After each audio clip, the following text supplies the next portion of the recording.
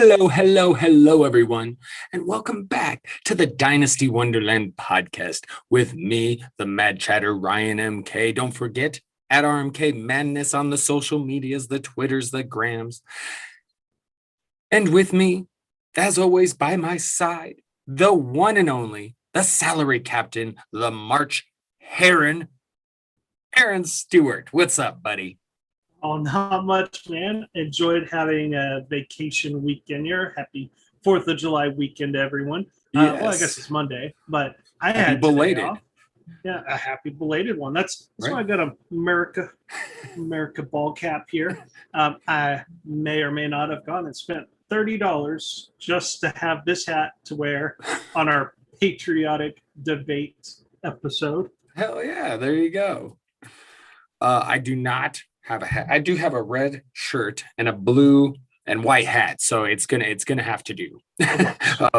But yes, speaking of, we got the happy belated 4th of July. I had some fun with the kids and the wife. No vacation per se, but a nice little Sunday for us. And in that theme, later on in the pod, we have some Independence Day themed debates, some America debate. I have a hard time saying America. I'm sorry. So we do have, and you'll see when we get there. It's good stuff, though. Aaron took care of the show sheet this week, did a great job, came up with some great topics to discuss. So I'm excited for that. But, we must begin with a few other things. And before we get into the football side of the conversation, obviously, we once again have to just quickly hit the playoffs real quick. And because I gotta say, I'm excited for the NBA finals because the Stanley Cup finals has been a fucking disaster. It's been terrible. The goddamn Tampa Bay Lightning. And see, there's a problem with the Lightning.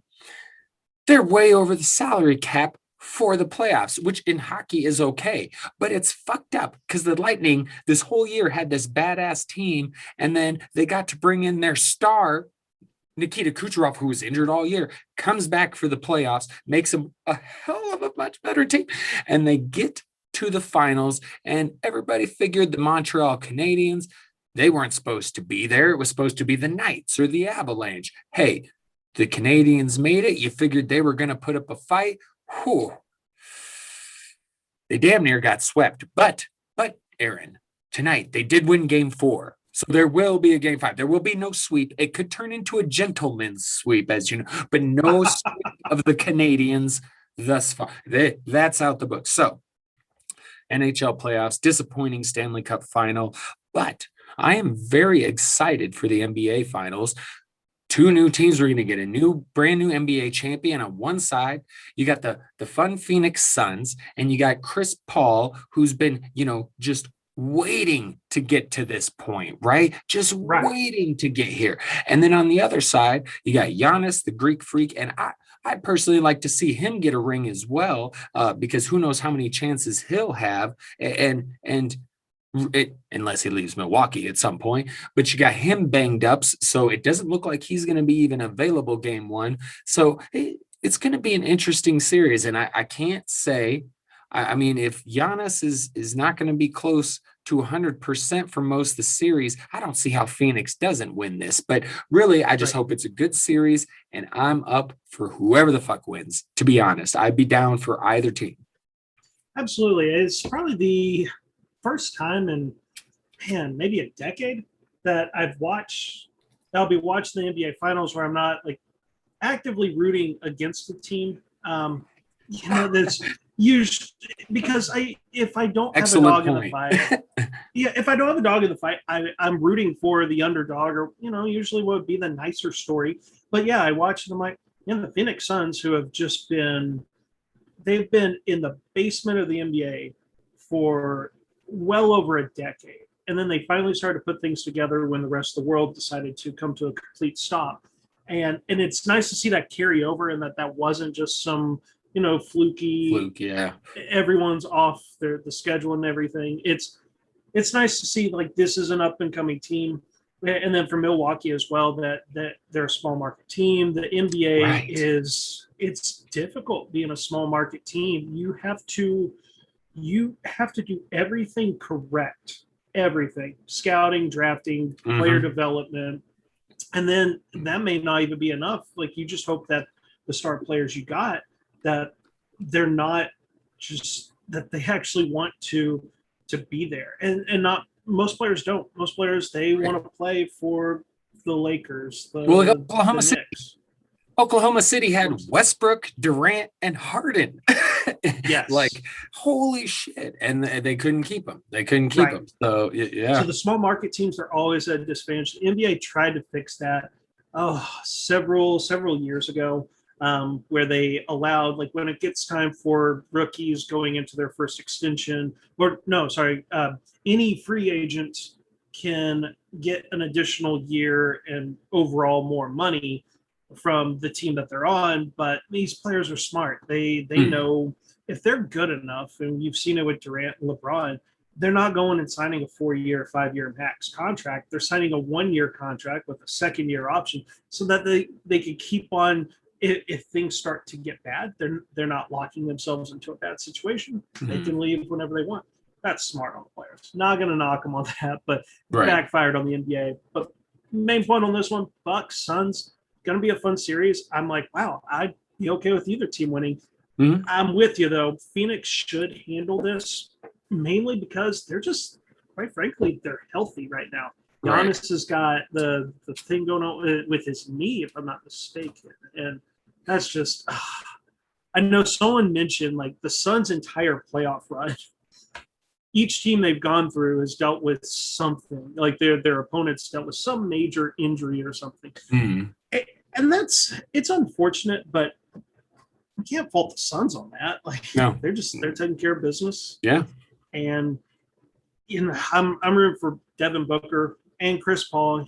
Yes, in years past, like, I have despised Chris Paul, but the only thing that's really missing on Excuse me. his resume is a championship ring, and Right. he proved everyone wrong, because his me being the salary captain, his contract, like, just maybe a year ago or 2 years ago, is just, it was horrendous. Like, Houston Rockets, the team he was on at the time, gave him a massive deal. He was making like $40 million, but he was starting to fall apart. And it's like, oh my gosh, like, we have him on a four year, $160 million contract, and this player's falling apart. Like, nobody's going to trade for that contract, and it's a nice redemption that he's been traded a couple of times since. But now with the Suns, he was the piece that helped put it all together. His veteran leadership and Yep.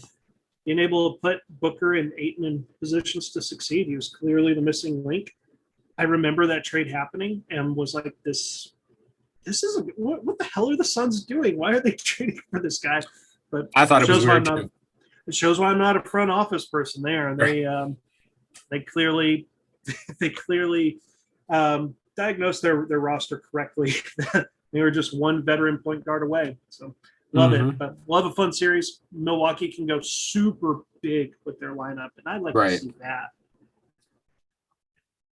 It'll be an interesting series. And I know that I've heard a little bit of the, it hurts the NBA when there's not like in LA, New York type teams in there. And I'm like, I don't know. You see a lot of NBA fans, a lot of basketball fans, like, this is better because we don't have like just Yeah, this team that we figure is going to win. Like, we don't, like, this is going to be an interesting series. It'd be more fun if Giannis was completely healthy and ready to go game one, but hopefully he gets mostly healthy and finds his way back game two or three. right. Let's have a fun series. But yes. Absolutely. Okay. So other sports out the way, we get into some random football thoughts with things going on. We'll just kind of fire through some of these. Uh, the first one, Tamarian Terry, released by Seattle, along with the coming out of information pertaining to him being charged with murder. I went the long route of getting that out of my mouth, but there you go, you have it. So apparently was involved in this nightclub shooting along with several other people, and multiple people died, and it's fucking crazy. And you go, okay, well, there had to have been that had to have been known. It makes sense now, but it's just a shame, man. You hate to see that shit, but I don't really have much on it. It's just kind of just a sad story all around when you read about it. And I mean, obviously, Seattle did what they had to do, but it does kind of surprise me anybody took a chance on him if it was known this kind of shit was hanging over his head. But there you go. That's goodbye, Mr. Terry. Yeah, and I'm not sure if teams knew this specific case. It was probably just more of they were aware of possible involvement with games, or like they do all these different testing with athletes and interview process, and of course the most well-known one is the Darius guys, which we've both talked about in the past. Right. We've been burned by them, and we're like, oh, and stuff comes out. It's like the character concern, like this. It's such a vague statement to make about an athlete, but we could see that obviously there was some character concerns for Tamarian Terry. So with you and I, we looked at the profile, we looked at the player, and we go, how does a guy that played at a big school, he played at Florida State, how does he go undrafted? Clearly, there was some character concerns on this, in this most extreme case. And trying not to take anything away from the situation.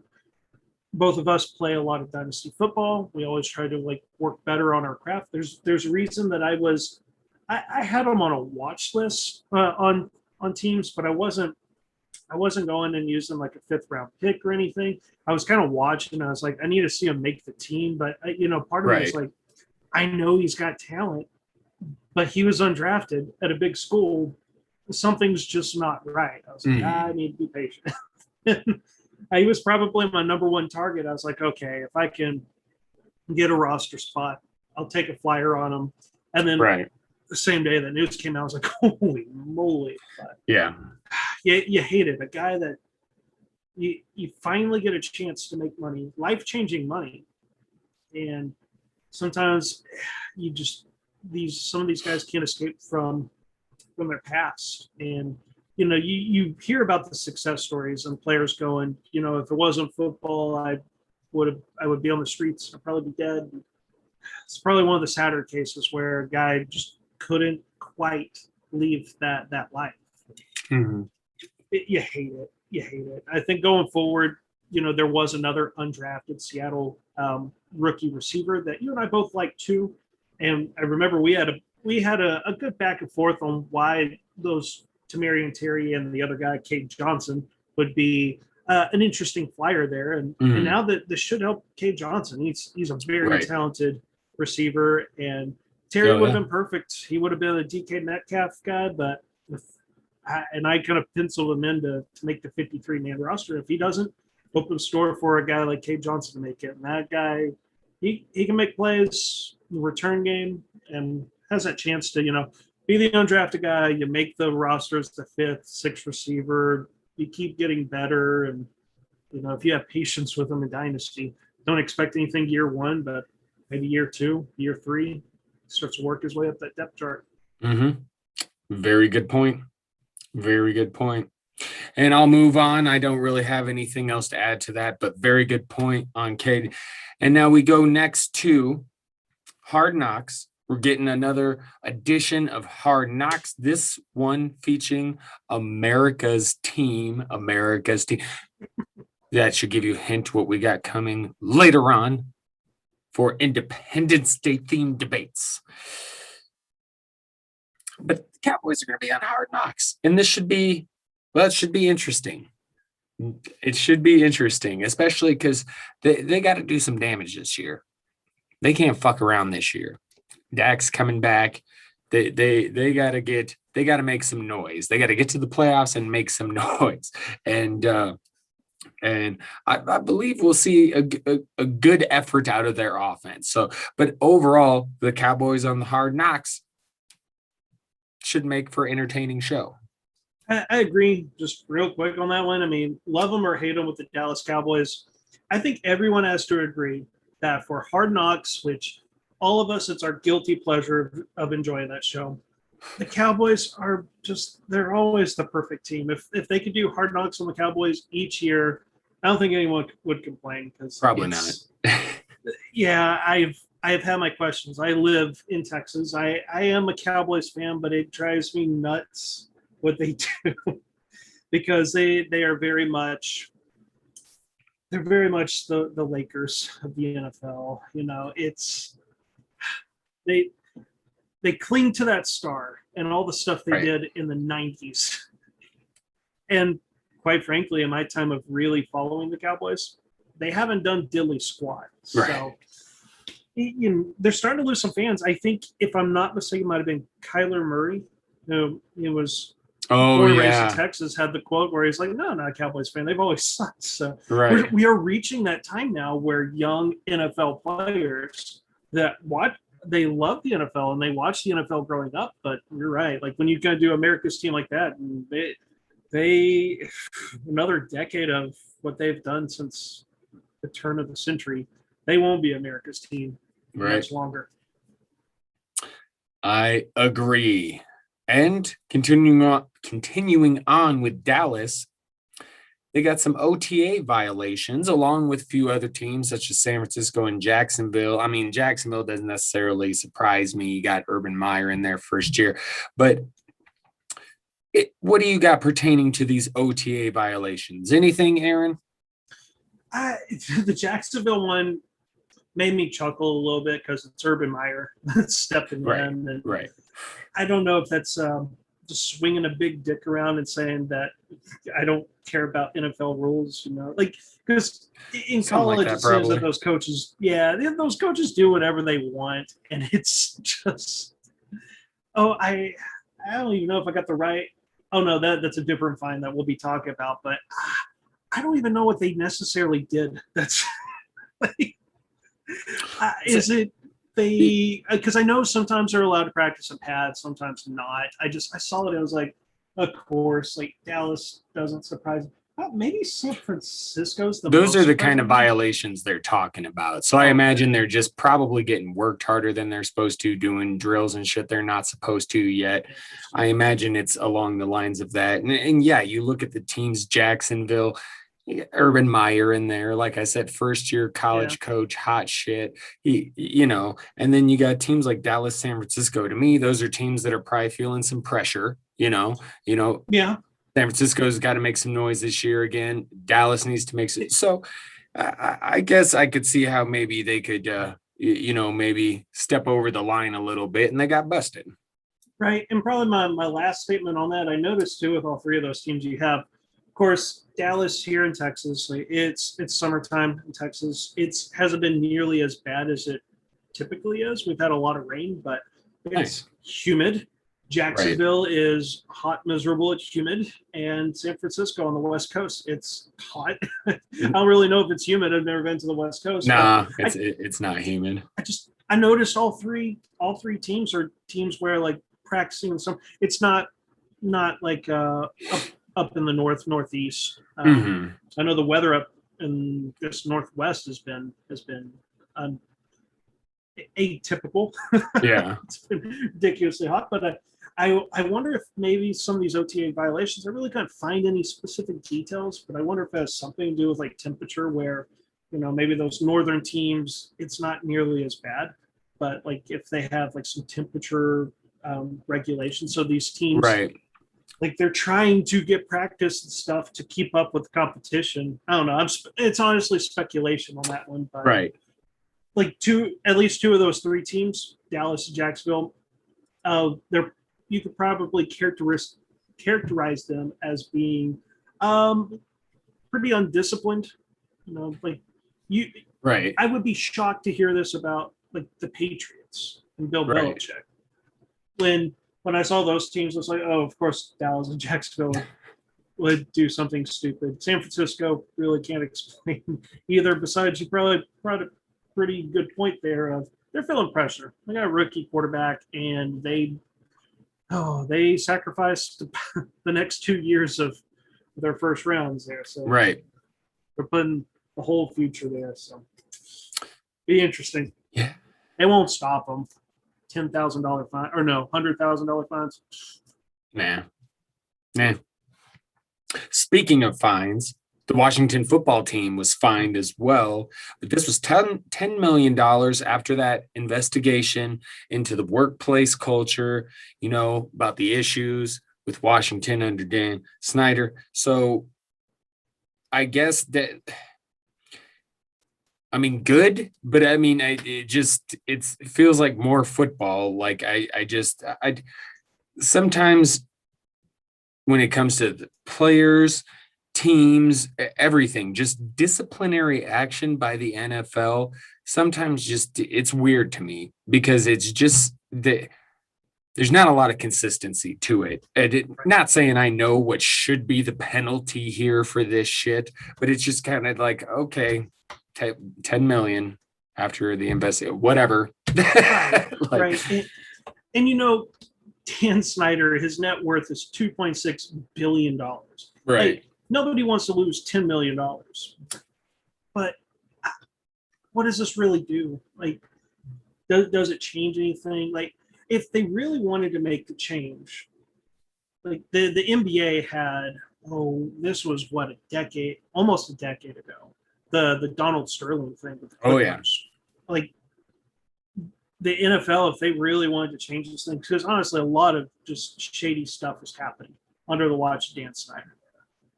Why doesn't the NFL just do what the NBA did with Sterling and force him to sell? And you know what? I wouldn't even don't even feel bad for the owner on this one. When it happened with Sterling and the Clippers,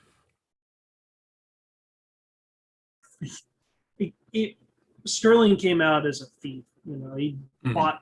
bought the team for a pretty cheap price back whenever he bought the Clippers and ended up selling it for I think it was at that time the largest NBA sales. I'm pretty sure that's right. If an NFL team had to sell. So I'm sure the NFL's got something in their constitution that prevents them from doing that. And the NBA was in a unique situation because they had just gotten a new commissioner at that time that could go in, and that was like his big move to kind of plant his flag and be like, this is what I've done for the NBA. But Dan Right. Snyder, just golly, what a piece of crap human being. Yep, total shithead. But as with the NBA, I think they're always a little bit ahead of things, a little bit, more progressive when it comes to that kind of stuff. So, I see it being pretty tough for the NFL to remove one of their owners just because it just does seem much more like kind of like a good old boys club almost, and so yeah, I mean that would be ideal. Get rid of this fucking dude, but I mean, just his insistence to hang on to the Redskins name for so long is just like, I don't know. There's just there's so much crap to that asshole. But he's losing $10 million. I guess that's something. Yeah. Anyway, we move on. The last little bit of news. Baker extension talks could extend into the fall. To me, this is no surprise. I'm not worried at all if this is worrying any Baker fan. There's a couple of things I have to say about this. Number one, I do think coaches, front offices, they could be at a point where they might want to see a bit more from their quarterbacks before doing this extension. You look at a guy like Jared Goff and the way the Rams did it, when they did it, the amount they did it for.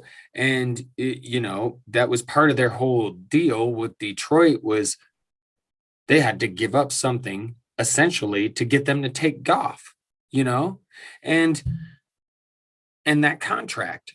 And so I think some coaches, front offices might be a little more wary, want to take their time. And, with Baker, he showed promise year one, struggled year two, but then played well last year, and he got better throughout the year.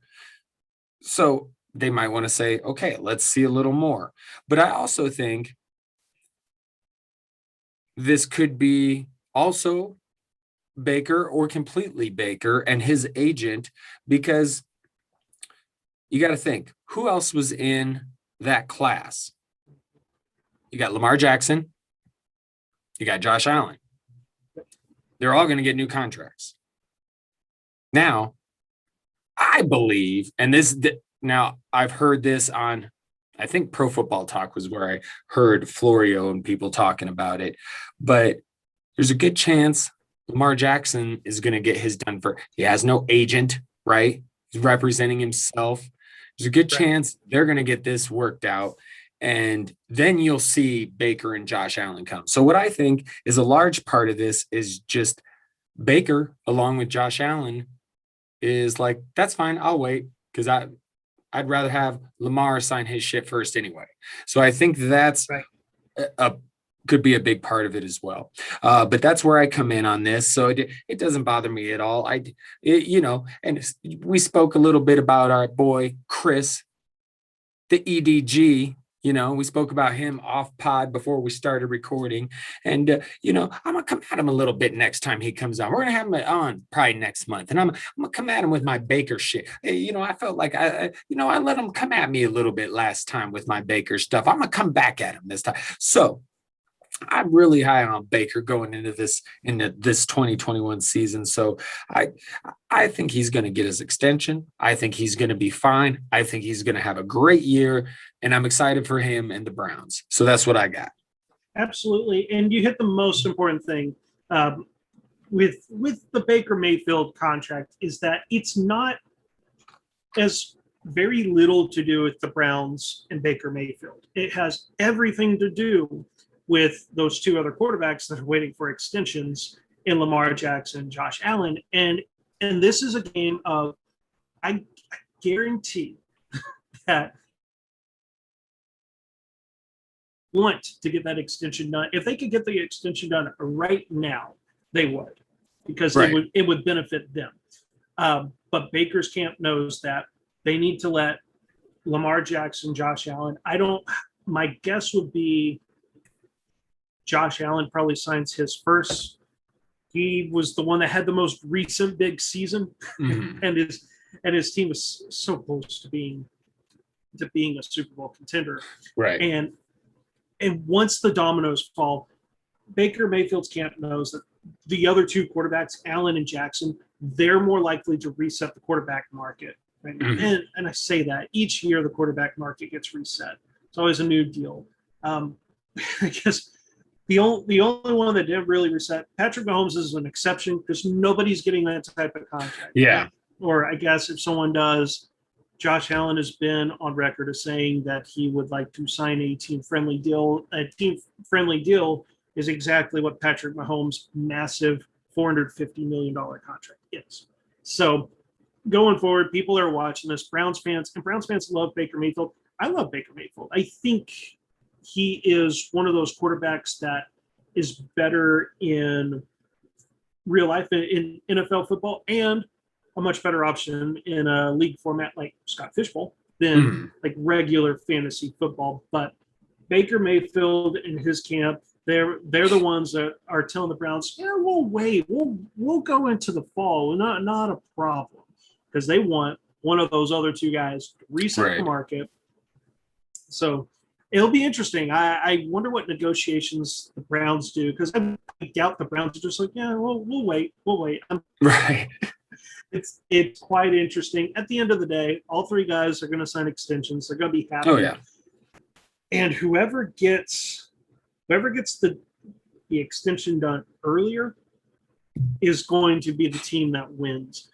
So Buffalo would be my guess on that one. I think it seems that Allen is more focused on winning and team and everything, and good for him on that one. Like these quarterbacks know they can make their money elsewhere, and if they can sign a friendly deal like Mahomes did, and it allows you to keep guys or rebuild your entire offensive line in one offseason because of your contract's flexibility, then awesome. So. But Baker, my guess would be the last one to sign, mainly because of money. Which no worries on that one. If I'm in his spot, I'd be doing the same thing. Yes, sir. Yes, sir. All right. Well, before we take our break, we do have to mention. I mean, it's no longer technically July 5th. I think we're getting into July 6th for you now, about there for Oh yeah. me. Full transparency, late Monday night recording. And we began on the 5th, not the 6th, obviously. We began the Scott Fishbowl draft. We're going fishing, buddy. We Going are fishing. fishing. Got And the I'm so excited. representation. Oh, that's fucking awesome. That is fucking awesome. Yeah, man. It's been cool. I've really enjoyed just seeing just how it's all working and how into it people get with it. Hey, let's get a group chat for this and a group chat for this. And it's been fun, man. And then you get into the draft, and I of course am in the corn division. I took the number 12 draft spot. So I had obviously the 112, the 2-1, and then with the third round reversal, had the 3-1. And I started off with my first two picks going Justin Herbert, quarterback, and George Kittle, tight end. And that was my plan, was to try and go QB, tight end right there. Was hoping I could get my hands on Darren Waller. It was not to be. But that's fine. Kittle, Herbert, good to go. Comes back around to me, and I'm looking at quarterbacks, I'm looking at tight ends. It's appetizing because of what they mean in this league. But I also see Cam Akers sitting there. And so I had to ask for more advice from my friend Aaron, really, because I needed some advice on the previous. But I had to say, hey, this is what I'm thinking. I'm feeling Cam Akers. What you think? Hell yeah. Hell yeah, says the March Heron. So there we go. I'm sitting here. We're early in the fourth round.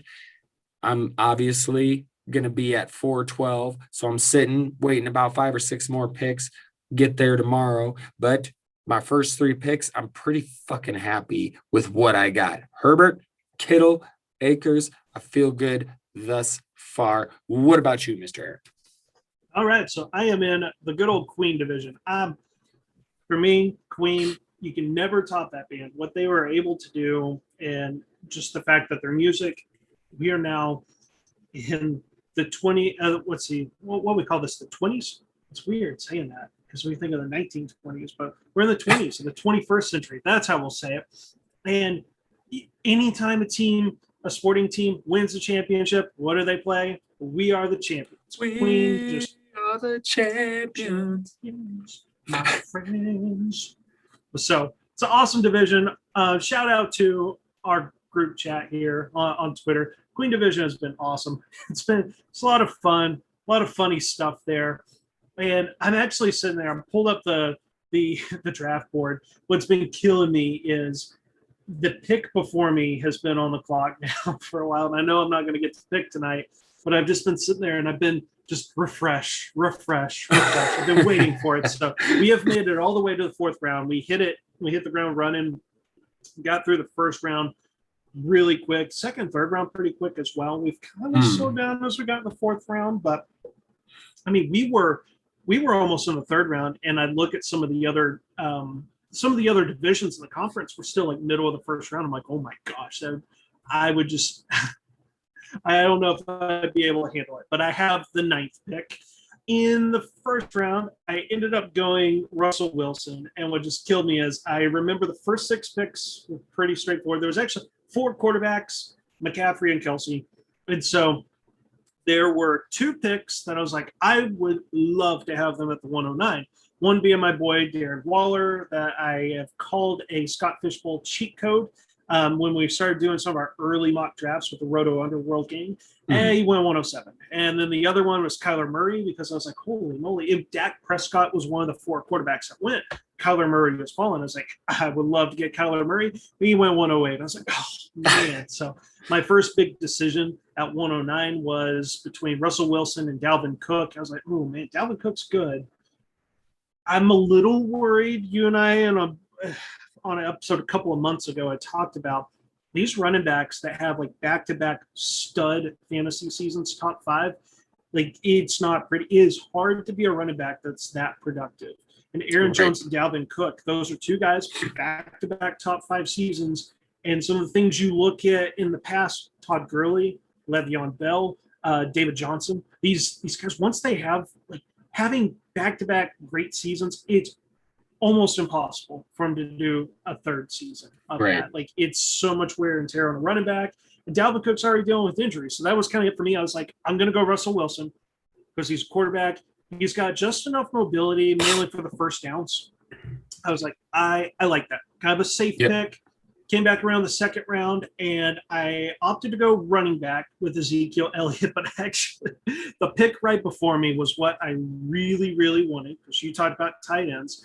And I'm looking at Josh Larkey, Scott Fishbowl rankings there, and I wanted George Kittle. It would have been a slight reach, but some of the ways my brain works when I'm looking at this is I like to go at positions and see how much of a gap there was. And there was a pretty sizable tier gap between George Kittle and the next, I think I said running back, but meant tight end. There was a sizable gap between Kittle and the next tight end in Kyle Pitts. It's like, I'll take Kittle, maybe a little reach where I would draft him, but I would have succeeded at getting one of the top 3 tight ends. I'd be happy. Kittle went the pick right before. I was like, so settled for Zeke. It's running backs safe. My preparation going in, I knew in the first 3 rounds that I would probably have one running back, just one. Zeke is still, he's going to be on Dallas Cowboys offense. They're going to have some nice games to play. Zeke gets a large workload. We love Tony Pollard, but Zeke got paid. Zeke's going to eat. Yep. So came back around to the third round. I was ecstatic on this one. I gambled because I debated quarterback in the second round. So I was like, ooh, there'll still be a good one. And we had a little bit of a run. The second round, there was Tannehill and Tom Brady went off the board. And the start of the third round, everyone pounded quarterbacks. Aaron Rodgers, Matthew Stafford, Kirk Cousins, which left me with probably the guy I have touted the most for 2021, one Mr. Jalen Hurts, sitting there in the third round. I loved it. I was like, I got Russell Wilson and Jalen Hurts. Let's go. Got my 2 QBs. I was ecstatic and started game planning for what I do in the fourth round. And I tilted for a minute, just for a minute, because I always, when it gets close to my pick, like 3 picks out, I put 4 players on the board so that I know no matter what, I'm going to have a guy left. I know that it's down to those 4 guys. I got down to 2 picks before my pick, and I have my list down to actually 3 players. Michael Thomas is still on the board. We've seen 8 receivers drafted. Michael Thomas is still on the board. People are hating on Michael Thomas. Like, he's becoming a massive market. There's one intriguing running back, DeAndre Swift. Love me some DeAndre Swift. And then the other one was my heartbreaker. It was DK Metcalf. Because I was like, I have Russell Wilson in the first round.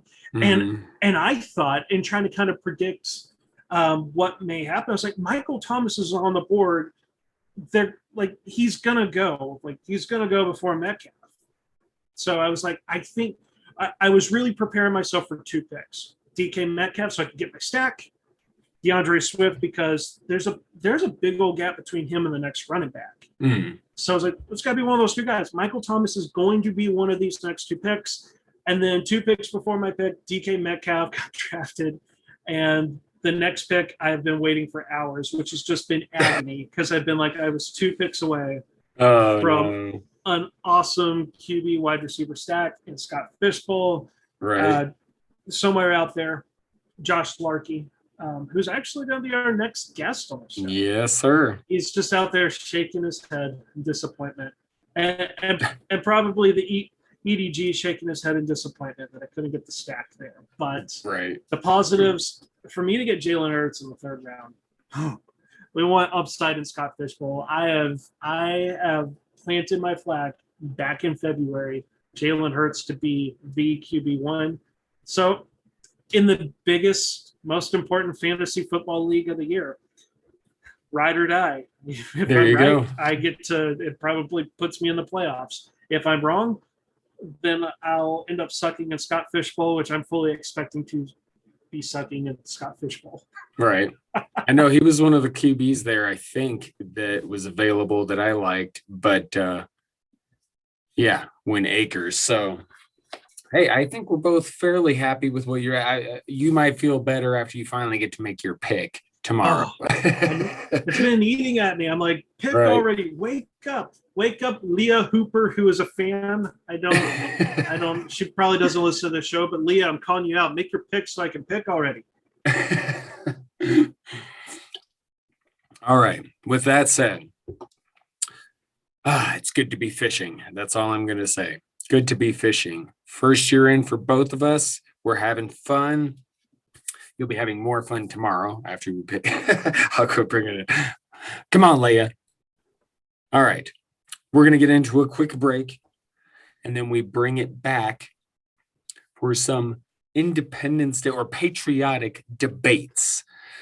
That's what we got going on. Sound good, Aaron? Sounds good. All right. Let's do it.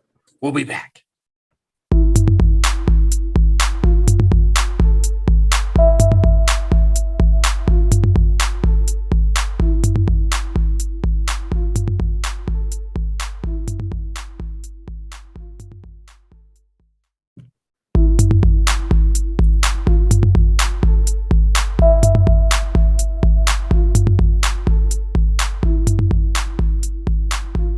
And we are back. We are back getting ready for these debates, these July 4th themed debates. Okay, Aaron, this is how it's going to work. So we go into these topics. We each have a side we're going to take, even if we don't agree, because there are a few of those, I think, for both of us. And we're going to work our way through this and have a nice, friendly debate. We got a handful of topics, and we begin with, of course, the Patriots, the New England Patriots, right? If you see what we're doing here, right? And who is the preferred tight end in New England? Is it Jonnu Smith or Hunter Henry? Aaron, I will let you begin this one. You have the Jonnu Smith side, which is such fitting and perfect in every way. So please begin. So for people listening, real quick, it was randomized. Ryan and I knew the two sides there. Yes. And we randomized it. So no, I didn't choose Jonnu Smith for myself. But of course, we know I'm the president of the Super Jonnu fan club. And you're also in trouble because I've got my tie here. My tie with Penguins. I'm professional. So let's get down. Fear neither ties nor penguins, my friend. Oh. Well, that'll be the last debate. But to get into business with Jonnu Smith. Jonnu Smith, Hunter Henry both signed similar contracts with the Patriots. Big money deals. It was the two largest tight end contracts signed this free agency. And most people like to have the take of, I'm just going to avoid both tight ends, and that's dumb because the realistic part about these signings here is that the offense is going to go through both tight ends. The reason I like Jonnu Smith more is you look at last season, they both averaged around the same amount of fantasy points. For Jonnu Smith, it was 10.0 fantasy points per game. Hunter Henry, a little bit higher, 10.4 fantasy points per game. But as I mentioned, they're both in the same position of they're joining new teams. In fact, the same team. Hunter Henry, the reason he was a top 12 fantasy football tight end last year is you go to Player Profiler and you look at all the metrics from last season. He was top 10 in the opportunity metrics. He was fed a lot. He will be featured heavily in the Patriots offense. If you look at Jonnu Smith, though, not so much in the opportunity metrics. A little disappointing, quite frankly. And looking back on the season, the reason he was able to have the season he did was thanks to the 9 touchdowns he had last year. But where Jonnu Smith excelled was you go down to the efficiency metrics. Jonnu Smith is top 10 in just about all the efficiency metrics. There's one efficiency metric in particular, production premium. For people that aren't familiar with what this advanced stat is, I quote, "It is used when a player's supporting cast changes, and it's helpful because it measures capabilities across league average situations." To paraphrase, to put in maybe my own words here, players that have good production premiums, these are the types of players you can put in different situations, and they're more likely to continue to succeed if they had than players that might have struggled in this one. Hunter Henry was by no means bad at this. He finished with a negative 6.9. The negative number doesn't mean so much. It just means he's a little below average. He's a little bit below your average tight end in those situations. It's still ranked number 17. So there's 32 starting tight ends. Like he's still in the top half.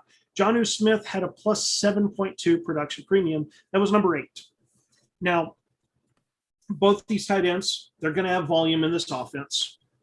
And even if Hunter Henry gets a slight edge in the targets, the receptions, Jonnu Smith has shown the past 2 seasons that he can be involved in an offense, in this case, the Tennessee Titans, and he can maximize what he does with his opportunities. So we show with the 9 touchdowns, he was heavily involved in the red zone. In fact, last season, he had 18 red zone targets. That was number 5 amongst tight ends. And probably even more impressive was Player Profiler tracks not just a target share, but a red zone target share. So you get within 20 yards of scoring, his red zone target share was 30.5%.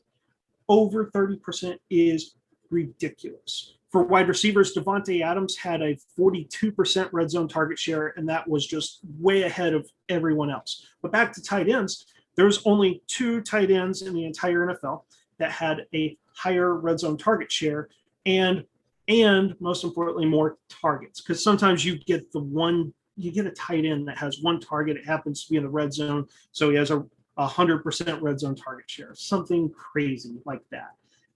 Darren Waller and Mark Andrews were the only 2 tight ends that exceeded that 30.5% red zone target share and had more than the 18 red zone targets that Jonnu Smith had. Jonnu's role is going to be clear. When they get to the red zone, he is going to be involved. And with tight ends, we saw it with Robert Tonyan and having a top 5 season. Scoring the touchdowns matters. I think Jonnu Smith has a higher touchdown potential than Hunter Henry. Henry beat him in the receptions, and he may beat him in the yards. But I think Jonnu Smith could easily double Hunter Henry's his touchdowns. We've also seen Jonnu Smith the past 2 seasons. He's finished top 10 in 2 really impressive efficiency metrics: fantasy points per route run, fantasy points per target. Like I say with Hunter Henry, he may get more work. Jonnu Smith has shown that he's capable of maximizing the work he does get. So that is my Jonnu Smith case. Me and my penguin tie. We cede the floor to you, good sir. Okay. Now, I may regurgitate some of what you said because I will also point to some of those same metrics. I am obviously going with Hunter Henry. He's been very productive throughout his career. Jonnu Smith, when you look at him, okay, actually, I'm going to continue with Hunter Henry first. Sorry. In 2020, top 10 in snap share, pass plays per game, routes, targets, and air yards, something you mentioned. Jonnu Smith had the edge in efficiency, as you also talked about. Primarily used in the red zone, however, right? Okay, you talked about that as well. The red zone targets, 5th with 18. Total touchdowns, 3rd with 9. You mentioned the 9 touchdowns. Okay, but that's in 2020. At 2019, not so much, okay? And Henry played all over the field, 6 in slot snaps. I understand what you're saying about touchdowns. However, Hunter Henry was also 13th in red zone targets, 16th in average target distance. He is used in quite a few ways. Now, also, I would say Jonnu might be Bill's dream tight end, but I could see Hunter Henry actually being more productive. I agree. Potentially, Jonnu gets more touchdowns. But you mentioned efficiency, and this is one of the areas I'm going to push back a little bit, because if you actually go to Hunter Henry's 2019 and look at his efficiency there, it's much more impressive. You mentioned production premium. He was fourth at the position in 2019 with a plus 14.5. So it's not like the efficiency is not there. But you look at the efficiency and stats like target premium, target distance, average target distance, much better for him in 2019 than in 2020. So I don't think the less efficiency in 2020 is all on him. I think they're both have the potential to be really good. And I do agree, Jonnu will probably get the edge in the red zone. But I feel like Bill's going to be, and not that Jonnu can't be utilized in other ways, but it's just that we've seen Hunter Henry be pretty productive and used in different ways throughout his time in the NFL. And so I think Bill will be able to do a lot with him in the passing game. And let's face it, Jonnu can block, right? Did you freeze? Oh, there we go. On I heard most of the final like 15 seconds there. It froze just for transparency. So I was like, we're gonna wait for it to come back, and it came back. So I got all the points though, and I knew that's what was gonna happen. As right as it came back, there would be awkward response. So I like that you pulled up the 2019. Oh, sorry. No, I just was gonna say real quick before you get. Literally, in the first segment, it happened twice. But it was like very brief, just a second or two, and I was like, okay. So I didn't even know that time until I was like, wait a minute, I think he's frozen. Okay, sorry. Go ahead, Aaron. But and all I want to mention on these is for people listening to this podcast, we are trying to choose some of these really difficult things that I find that most shows don't really discuss. So when we talk about a Jonnu Smith and Hunter Henry, I hope that people listening to both sides here can use the two sides of the debate to maybe make an actual decision, because nothing's worse than just sitting on the fence and not leaning one way or the other. We have to make a decision on these players. We have to make a stand. And I think we both brought the arguments for both of these players here. And we could still like these guys, but this is what our plan, our intention is for the debate we just had, the upcoming ones we have. So we hope that the listeners here are going to love this information and can make a decision. Vote for Jonnu 2021. Well, shit, we talked about this. That was very, very good, Aaron. But we talked about this off pod, man. This has helped us. This has at least helped me. It's opened my eyes to some things, because this is one of the ones where going in, I would go, I'd probably lean Jonnu. And then after doing the research and looking into it further and having this debate, I'm closer to a 50-50. I could see it going either way, whereas before I was on your camp more. Like, this wasn't the ones where I was like, man, I can't believe I got Hunter Henry. I was like, okay, that's cool. But I definitely probably would have leaned Jonnu. And now, like I said, I'm more 50-50. So I think this is good, healthy information all around. Exactly. And people that follow me know that I would absolutely choose a pro Jonnu Smith side of an argument, but I promise I did not rig the randomizer. There will be some of the debates where maybe I'm in the more uncomfortable, unnatural position of defending something that I haven't really defended before. So I'm up for our next debate if you are, good sir. I am. And speaking of what you just said, that's exactly what I'm about to fucking do. This is going to tell you right now that this ship was not rigged or just given to anybody, because we have quote unquote America's team, as I mentioned previously in the pod, the Dallas Cowboys. They're back in our lives for some more, and we have the debate Amari Cooper versus CeeDee Lamb. And if you listen to this pod, you know my adoration for one Mr. CeeDee Lamb. However, in this debate, I'm arguing for fucking Amari Cooper. And I'm not fucking happy about it, but I'm going to do it. It's okay. It's okay. It's okay. It's okay. Goddamn randomizers. Okay. So it's okay. It's good for me. I need to try and go against my natural. Okay. We're going to Amari Cooper. Here's why, Aaron. We know Dallas. They're not going to move on yet. The contract, we've spoke about that on previous episodes. So you also look at the situation. Dak Prescott coming back. But I mean, in all reality, how much did he actually get to work with CD Lamb last year? So, of course, he's going to, continue to build rapport with him this year. But still, as of this point, his strongest connection would have to be with Amari Cooper. And while I do believe CD Lamb is ascending this year, and by the end of the year, he will be solidified as the number one, as much as I believe that, by the end of the year, it's still more likely that Amari Cooper finishes higher in fantasy points.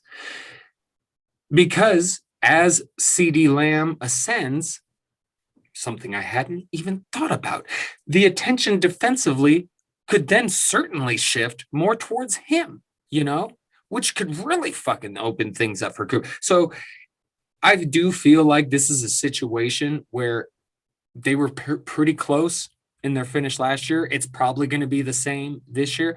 I don't know who really truly has the edge, to be honest, but I'm going Cooper here as just the incumbent guy and the chemistry with Dak. And yes, again, CD Lamb will rise. And maybe I'm right, and he will be that guy by the end of the year. But it's going to take an ascension. So Cooper's going to get his. He's going to finish higher. That's what I'm going to go with if I'm going to take this Amari Cooper stance. But I still want CD Lamb more in Dynasty because I love him so much. Okay, thank you, Aaron. You can go. So in taking the CD Lamb side, the reason that this is our Dallas Cowboy argument, America's here, right? America hat, 4th of July, that we're doing a podcast on July 6th. The reason we chose these two is if you look at ADPs, they are neck and neck. Most people, I feel, haven't really made this. They just kind of group these two guys together. They're like, yeah, I want a piece of the Cowboys offense. I don't know which guy it's going to be. Here are the reasons why I'm going to build a case for CD Lamb.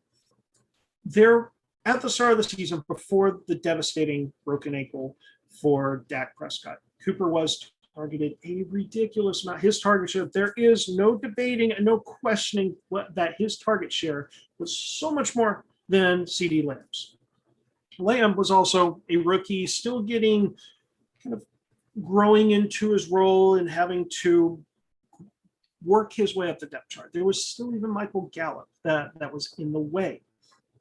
So CD Lamb was restricted to primarily slot snaps. Now, over the course of the season, as most good rookies are going to do, they're talented. They're going to force their way to get on the field. And we did start to see that with CD Lamb. One of the most impressive numbers that I found of last season is that CD Lamb did play a lot in the slot. In fact, he more than tripled Amari Cooper's slot snaps. CD Lamb had 621 slot snaps. Amari Cooper had 201. That was not the interesting stat. What was, though, is their average target distance. You would think the player is in the slot, they're usually catching some short passes and they'd be able to, what we're thinking, like maybe a former Cowboy like Cole Beasley. If they're primarily working the slot, they're not going to have a high average target distance. But CD Lamb's 9.1 was actually greater than Amari Cooper's 8.7. That was stunning to me. Cooper is a guy that plays primarily outside. Why is Lamb's average target share greater than Amari Cooper's? Turns out that CD Lamb has more deep targets than Amari Cooper. CD Lamb actually had 19. So Lamb is not just a slot receiver. Yes, he played primarily in the slot last year, but he is a capable receiver of making that second year leap. You look at some of the efficiency stats as well. The target premium and production premium favors CeeDee Lamb. In fact, he finished in the top 32 in both of those efficiency metrics, which are key stats, especially with a Dak Prescott returning to the lineup, especially the target premium. You'd imagine that Dak Prescott throwing the football instead of a Garrett Gilbert or a Ben DiNucci, I think was the guy that started for a game. Like, it's a Ben DiNucci. Honestly, pretty impressive that CeeDee Lamb was top 32 in target premium. And with the production premium, the supporting cast is definitely changing because we have Dak Prescott back. We also have Blake Jarwin too, but I like that CeeDee Lamb has that advantage because on the other side, Amari Cooper struggled in both of those. He finished outside the top 40 in both of those efficiency metrics. Now, Cooper absolutely got more volume, but that huge advantage he had in those first 5 games with Dak, it was kind of a little closer. By the end of the season, both receivers topped 100 targets. Amari Cooper had, I actually don't have the numbers, I'm pulling them up as we speak. I know they both exceeded 100. Amari Cooper had 130 targets, which was good for number 12. Now, CeeDee Lamb also saw 100 targets. He had 109, a difference of 21. But if you look at the first 5 games, I'm not going to look at those numbers there. But Cooper had some games where he had like 18 targets, and CeeDee Lamb had like 6 or 7. Over the course of the season, CeeDee Lamb was cutting into the target lead that Amari Cooper had. And that leads into my next stat here. There's hog rate. Hog rate actually looks at when a player is on the field, are they hogging the targets? Lamb had a slight advantage, but an advantage nonetheless, 14.9% hog rate versus Amari Cooper's 13.9% hog rate. Some would go, it's because Prescott isn't quarterback, but we've also seen that backup QBs, they don't start throwing to backup receivers. They usually will force feed the ball to the number 1 receiver because the number 1 receiver is going to throw a fit if they don't get the ball. Sometimes it's not a good result. Like you could think of maybe the struggles. I know Baker's not a backup quarterback, but the Baker and Odell Beckham connection or lack of a connection. And really, my takeaway on that one is CeeDee Lamb is maybe if he's on the same level of Amari Cooper last year, I would give it 50-50, but one of the reasons why Lamb can take over that number 1 receiver role is the stuff we have seen in the new year in 2021. It's not fair to Amari Cooper, but life's not fair. He's been dealing with an ankle injury. He hasn't been 100%. CeeDee Lamb has been healthy. CeeDee Lamb has been practicing. He's been practicing with one Dak Prescott. And that right there, just health, that should play a big part. Like, we need to be watching these injuries. They matter. This is why, like, Miles Sanders, who a lot of people, myself included, thought would have a breakout year last year and would draft him at the tail end of the first round. That was one of the reasons why it didn't happen. He was hurt and injured during training camp. And then you start the season at a disadvantage and you disappoint. Can that happen with Amari Cooper? I believe it's just a scope that he had done, which that shouldn't be a major surgery, a major injury or anything. But it's anytime you're getting surgery, nothing is completely minor. So that may be all it takes in this head-to-head competition for who the number 1 receiver in Dallas is. Give me a slight edge there. CeeDee Lamb, he's healthy. We saw improvement throughout the season, and he took what used to be like this with Cooper and Lamb at the start of 2020, and he made it about this throughout the course of the season. Cooper, he'll still get fed. He may still see 100 targets. Shoot, they may flip roles. It may be 130 targets for CeeDee Lamb this year, and Amari Cooper just seeing 100 targets. And I say just seeing, but just over 100 targets. But that transition is going to happen this season. CeeDee Lamb, that's the guy you want in Dallas. You win. I couldn't agree more. Go get you some CeeDee Lamb. Next topic. I can't help it. I agree. Okay. Philadelphia bald Eagles. The topic is Jalen Hurts. Jalen Hurts, is he the late round quarterback to get? Aaron, please go first. All right.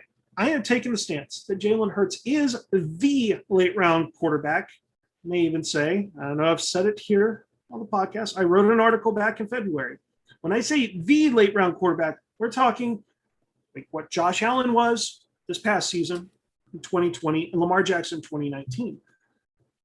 Both of those quarterbacks were drafted outside the top 10 in terms of ADP in 2020 and 2019. They proceeded to lead the NFL or lead quarterbacks in fantasy points per game.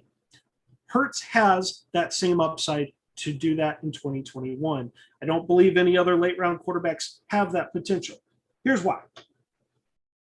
I know it's choosing one game, but this one game matters. The New Orleans Saints in 2020, as a defense, allowed 249 quarterback rushing yards. That was the 10th fewest in the NFL last year. Jalen Hurts had his big fantasy football breakout performance against the New Orleans Saints. In that game, he was responsible of those 249 rushing yards. Jalen Hurts single-handedly was responsible for 42.6% of that total. That we're approaching 50% of all the quarterback rushing yards that an NFL defense allowed was from a rookie quarterback kind of thrust into a starting job, not really prepared. That rushing upside is key. There's a reason why he's a Konami Code quarterback. In his 3 starts that he played the full game, he averaged 79.3 rushing yards per game. In the article that I wrote back in February, I compare him to doing the trajectory that Lamar Jackson did in 2019. Part of that was because of Lamar Jackson's rushing ability. He rushed for over 1,000 yards. And during that season, he averaged 80.3 rushing yards per game. Hurts, Allen can run. Allen gets the red zone touchdowns. He doesn't get the 80 rushing yards a game. Jalen Hurts is the only quarterback that can do what Lamar Jackson can do on the ground, which 80 rushing yards for a quarterback is huge. That gives you a massive, massive advantage. But also, Josh Allen was impressive because he has a cannon for an arm. He could throw for a lot of yards because one of the things Lamar Jackson has not been able to do in 2019 and 2020, he's not going to beat you with his arm very often. In fact, he has only had 4 games in the past 2 seasons where he has thrown for over 250 passing yards. And an interesting but not really related stat on those is those 4 games have all occurred within the first 3 weeks. 1 of 2020. I can't explain how he has never done it at the end of the season. Now, Josh Allen in 2020, he had 4 games where he passed for over 330 passing yards. Allen gets most of his fantasy production because of getting those red zone touchdowns, but he could also back it up because he had a couple of 400-yard passing games. And the reason I mentioned the 330 passing yard games is Jalen Hurts last year in his 3 full starts, he had 2 games where he passed for 338 and 342 passing yards. Hurts is not just the second coming of Lamar Jackson in terms of rushing upside. Yes, he's shown in a small sample that he can average 80 rushing yards, in which his low rushing total in those 3 games was 60 yards. He has shown an incredible rushing floor, but at the same time can freaking fling that ball. And in those games, he did have a lot of pass attempts.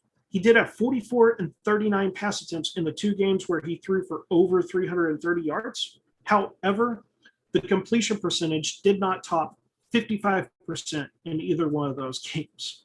He was freaking flinging that ball far.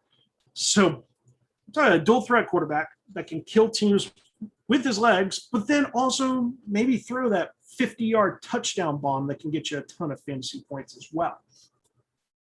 The Konami code is key. When I look at these late round ADP quarterbacks, Tannehill, who may not be there for much longer, his ADP keeps going up and up, but right now he's fallen in that range of outside the top 10 in ADP at quarterback position. Trevor Lawrence, Matt Ryan, Carson Wentz. You take the rookie quarterbacks, Trey Lance, Justin Fields. The reason I don't think the veteran quarterbacks could be the late round breakout quarterback, they don't have anywhere close to the rushing upside Jalen Hurts has. Justin Fields and Trey Lance, they could, in theory, they could. They are mobile quarterbacks. They're fast. But the primary question is, how many games are they going to start? With San Francisco, if they're winning with Garoppolo, they could do an Alex Smith, Patrick Mahomes 2.0. They could. So the question with the rookies is, I could draft them, but maybe their breakout doesn't happen unless it's like Jalen Hurts last year, where he doesn't do anything until week 12, week 13 of the season. So I don't have faith in the rookie quarterbacks being the late round breakout.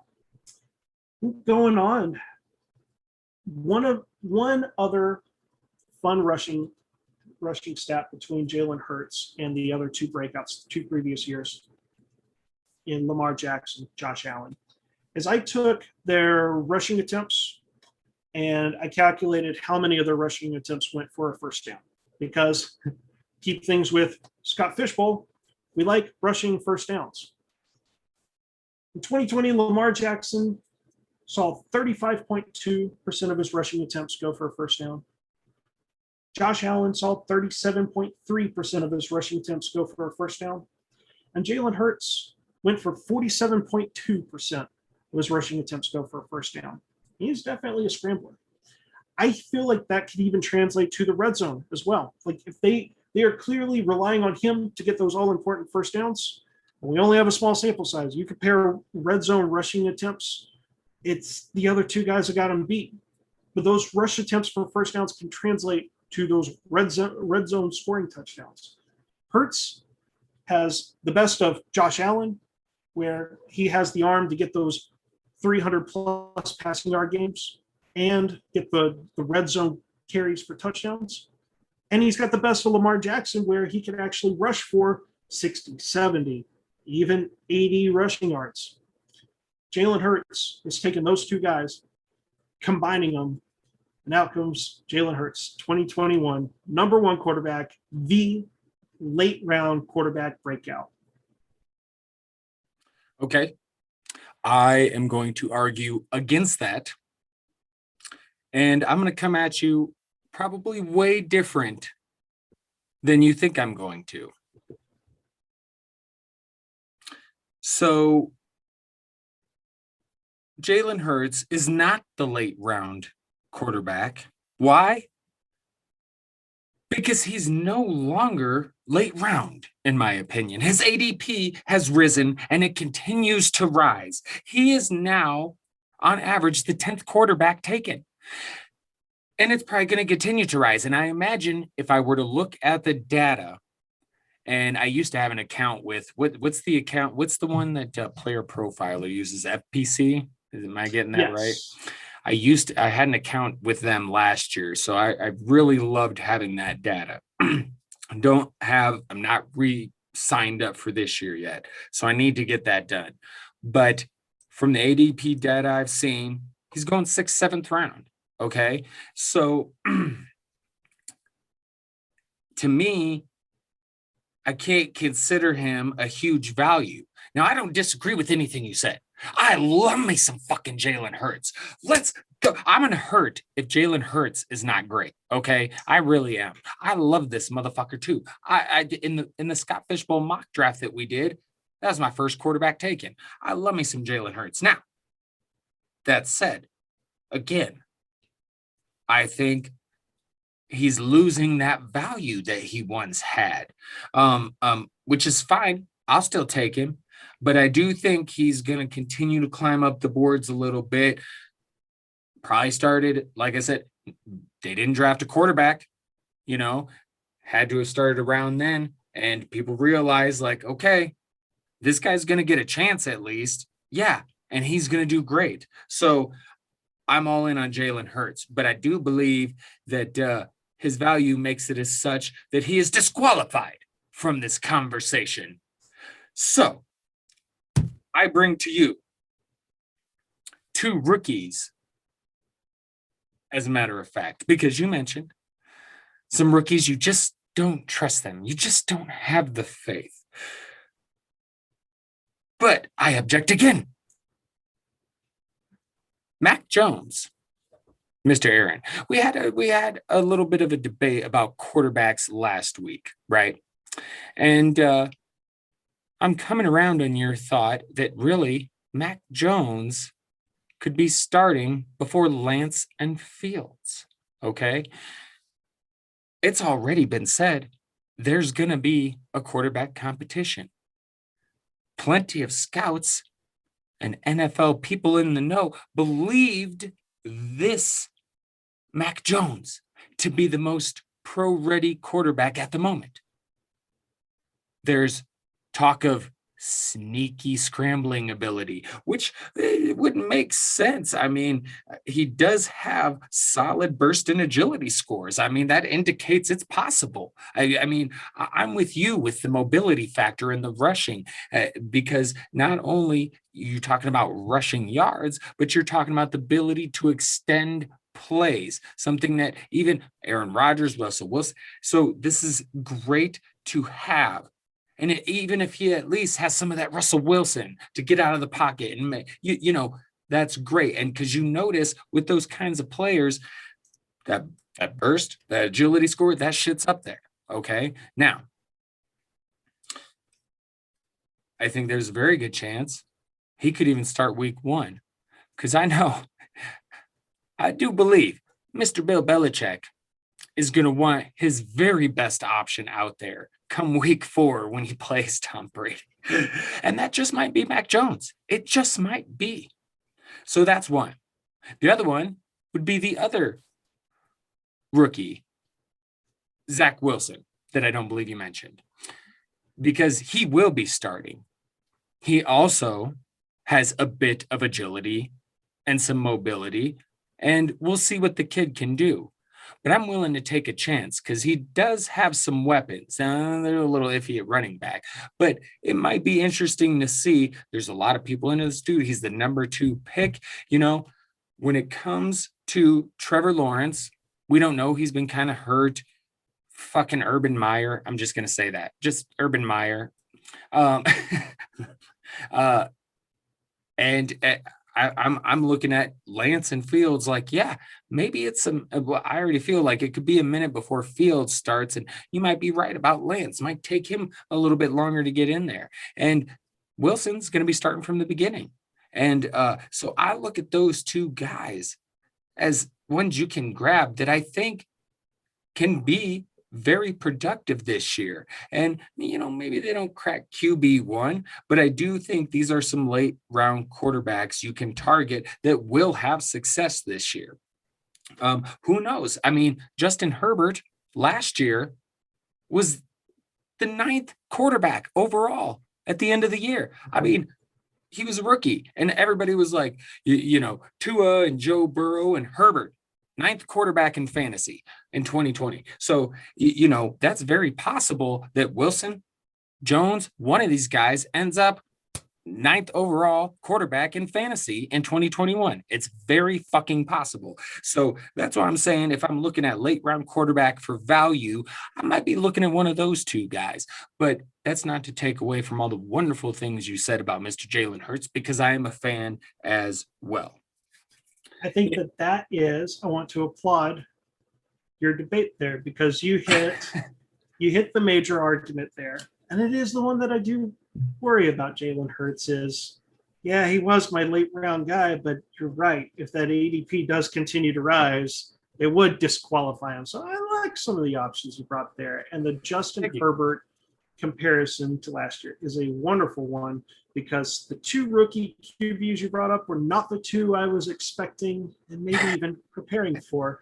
And you're right. Like it could be one of these rookie QBs that no one's talking about.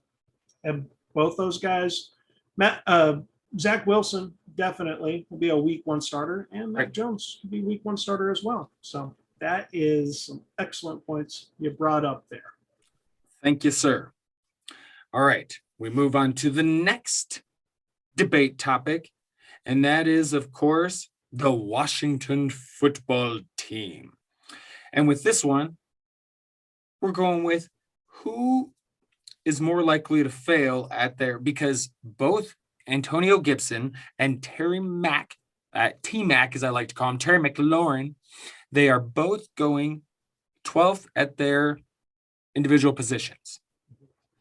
So, which one is more likely to fail to live up to that ADP?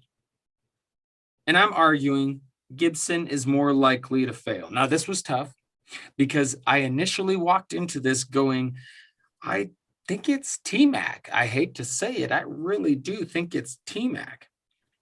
But if Antonio Gibson's going 12th, he has to finish as an RB1. That might be kind of tough considering all the motherfuckers in front of him. I mean, start going through the names. It's very easy to see how he could not be an RB1. Very high-end RB2, but he could hit RB1 as well. But they do have J.D. McKissick there that they like. They like him to catch passes. That's a bit of a hindrance. Takes away some points, especially in PPR leagues. And as you've mentioned, teams are more likely to use two backs because of the 18-game schedule, all of that. All right, 17 game, you know what I mean? Yeah. 18 weeks, 17 game. So I do think that's all things worth looking at. Now, then you go to T-Mac himself.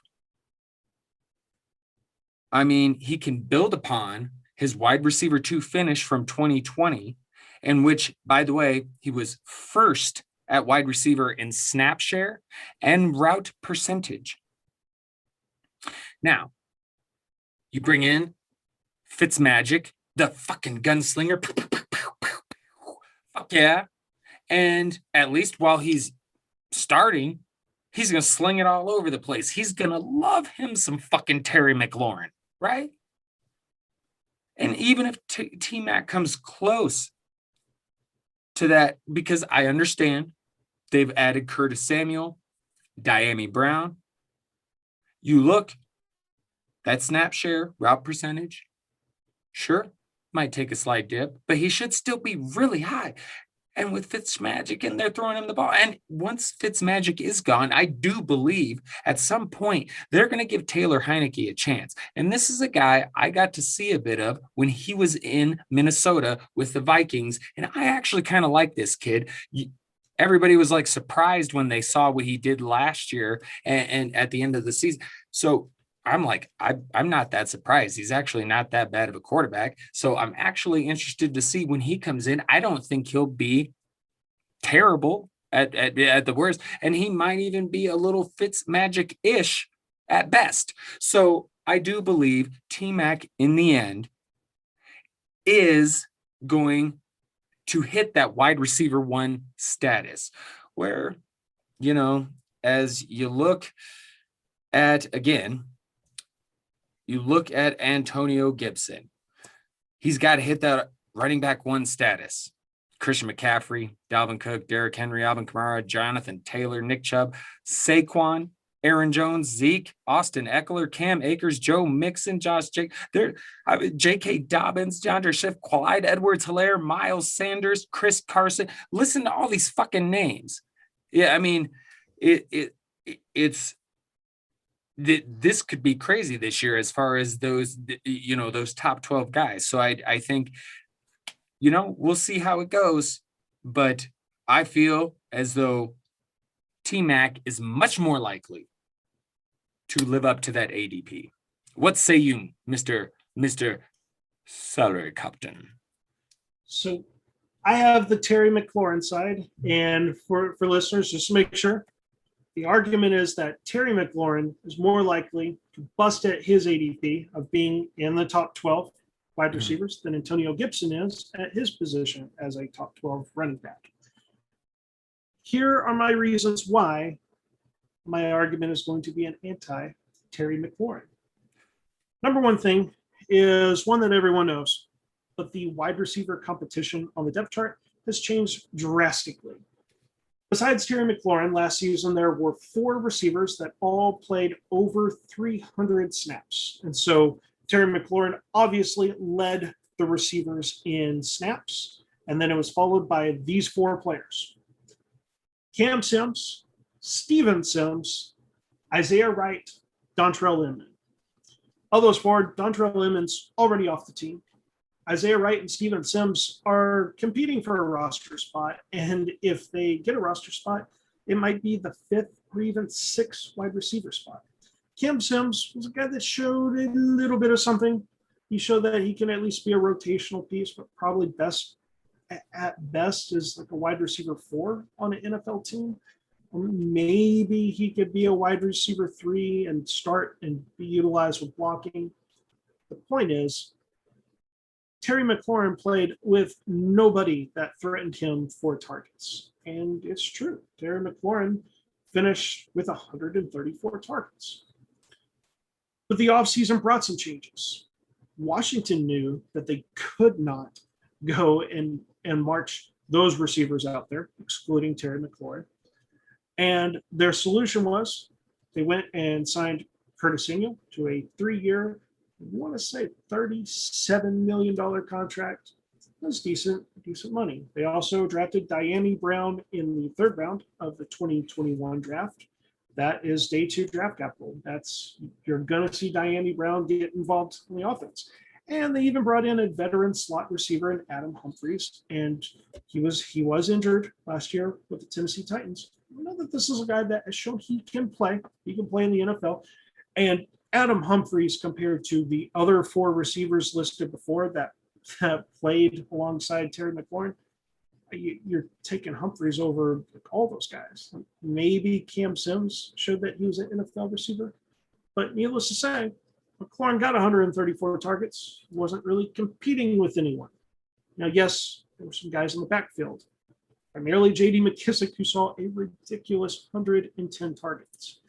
I tend to think that was more of a product of noodle arm, Alex Smith not being able to throw the ball. And yes, they did upgrade at quarterback. They brought in Ryan Fitzpatrick.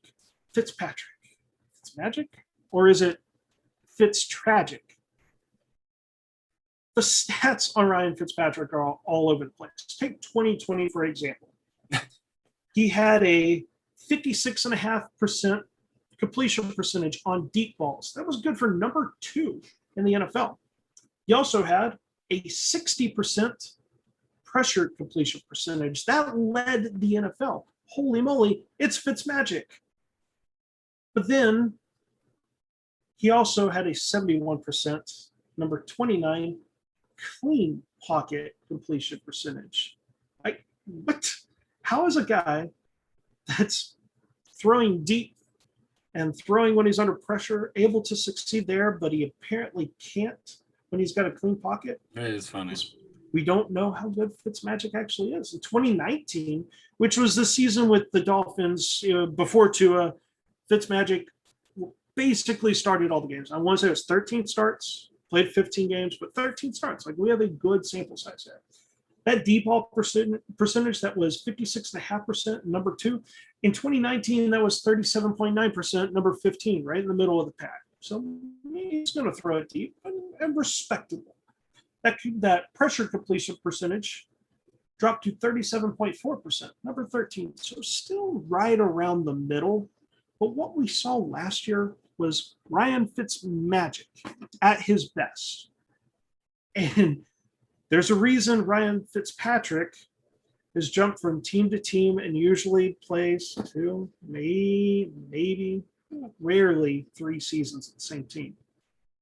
Goes to a new team, he's excited, he shows a little bit. Inevitably, he gets replaced, maybe by your guy, Taylor Heineke. Now, last season, Terry McLaurin, as I mentioned, 134 targets. Along with that, he had 87 receptions, 1,118 receiving yards. All 3 of those stats were top 15 opportunity, and quite frankly, those stats matter. Opportunity leads to fantasy points scored. We like the efficient players, but at the end of the day, if you're getting volume, that's how you're going to win. Despite being top 15 in all those stats, he finished as wide receiver 20 in fantasy points per game.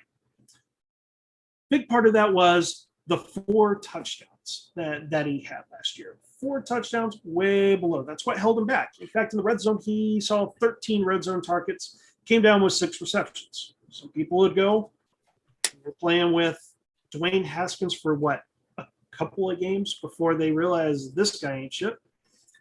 And then noodled arm Alex Smith. And was Kyle Allen, did he get some action last year? I honestly can't remember. It seemed to be a carousel of quarterbacks in Washington.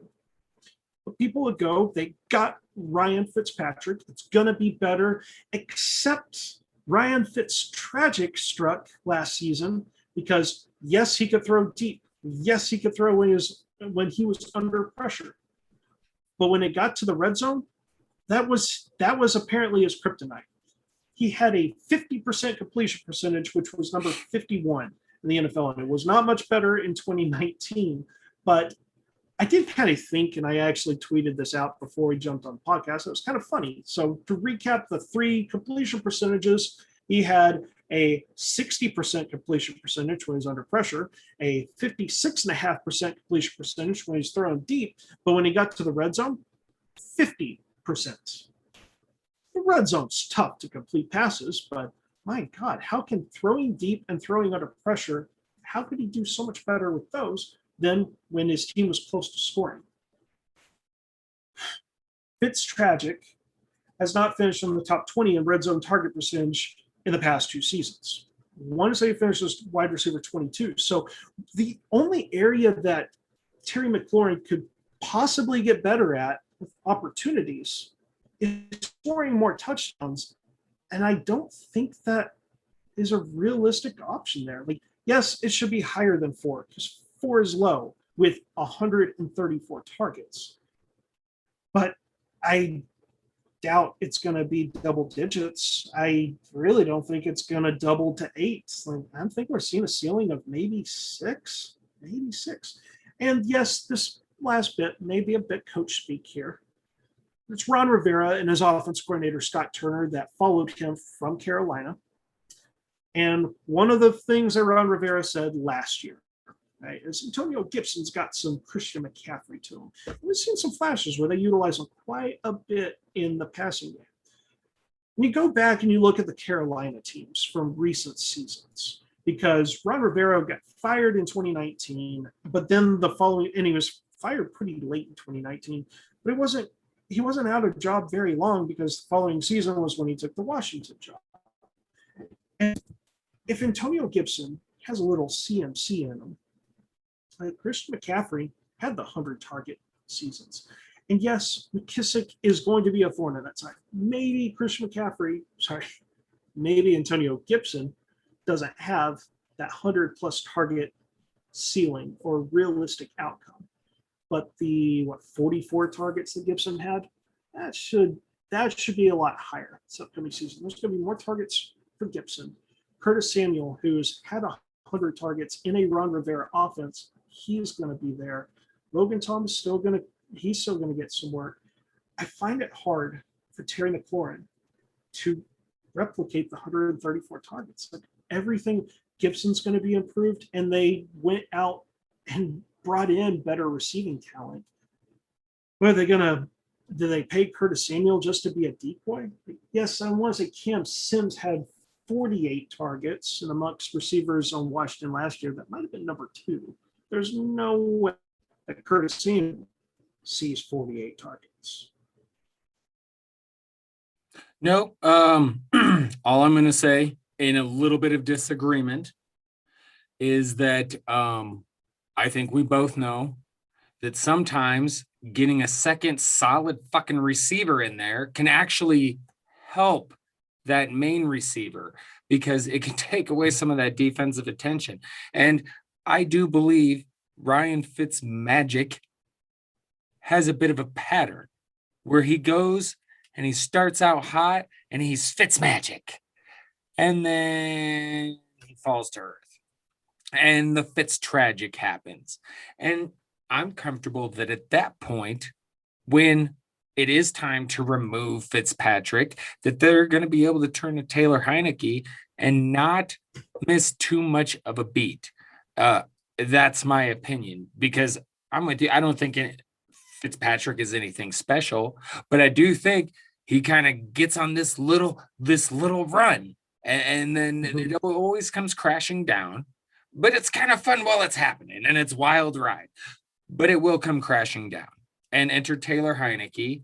And if he can kind of show what he showed last season, you know, they might be okay. And it's going to be nice to have those other weapons there. And I do think that all around, it's just a better situation for Terry McLaurin. And maybe he loses some of those targets, but maybe the quality, maybe he does get more involved in the red. I mean, we'll just have to. I understand what you're saying with Fitzpatrick in the red zone and all of that, but yeah, I just we'll see how it goes. That's definitely a good debate because really I kind of like both players, so that is definitely a fun one. But we'll move on to the final one.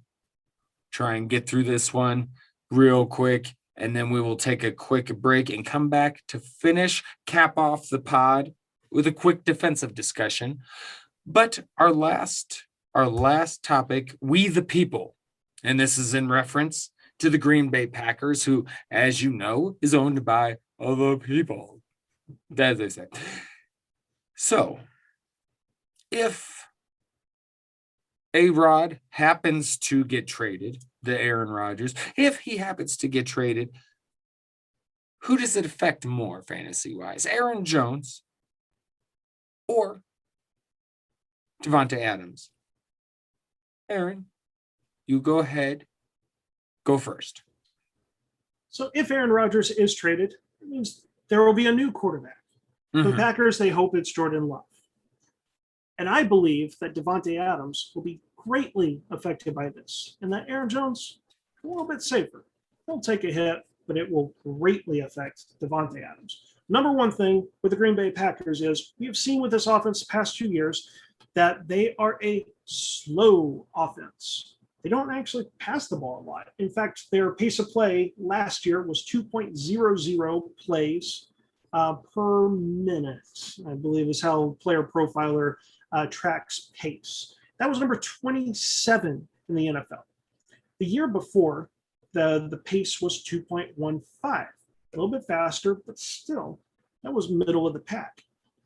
I did an article about true catch rate, and then I even tied it into pace of play. Pace of play matters. When you say it out loud, it makes sense. Slow offenses, you usually don't want the players on slow offenses. So they're not scoring a lot of points. You want the Patrick Mahomes flinging the ball to Tyreek Hill and Travis Kelce. And the Packers, with the coaching staff that came from Tennessee, they want to establish that identity. When I mentioned the true catch rate article that I wrote, I picked on a player. I picked on a player that I love, that I want him to be the number one receiver in fantasy someday, and that's DJ Moore. Last season, DJ Moore had played on a Panthers team that ran a slow pace. Their pace was 2.11. He had a 75.9% true catch rate, and that combination of slow offense and a wide receiver that struggles to catch the ball, to catch catchable targets, is disastrous. DJ Moore last year finished with 14.1 fantasy points, number 27. He didn't even finish as wide receiver 2. I'm not saying that Davante Adams will take that type of free fall, but showing that slow pace team, a low true catch rate could be disaster. Past 2 seasons, Davante Adams, 2020, his true catch rate, 88.5%. It's a respectable number 29 in the NFL. But the year before, just in 2019, his true catch rate, 80.6%, number 60 amongst wide receivers.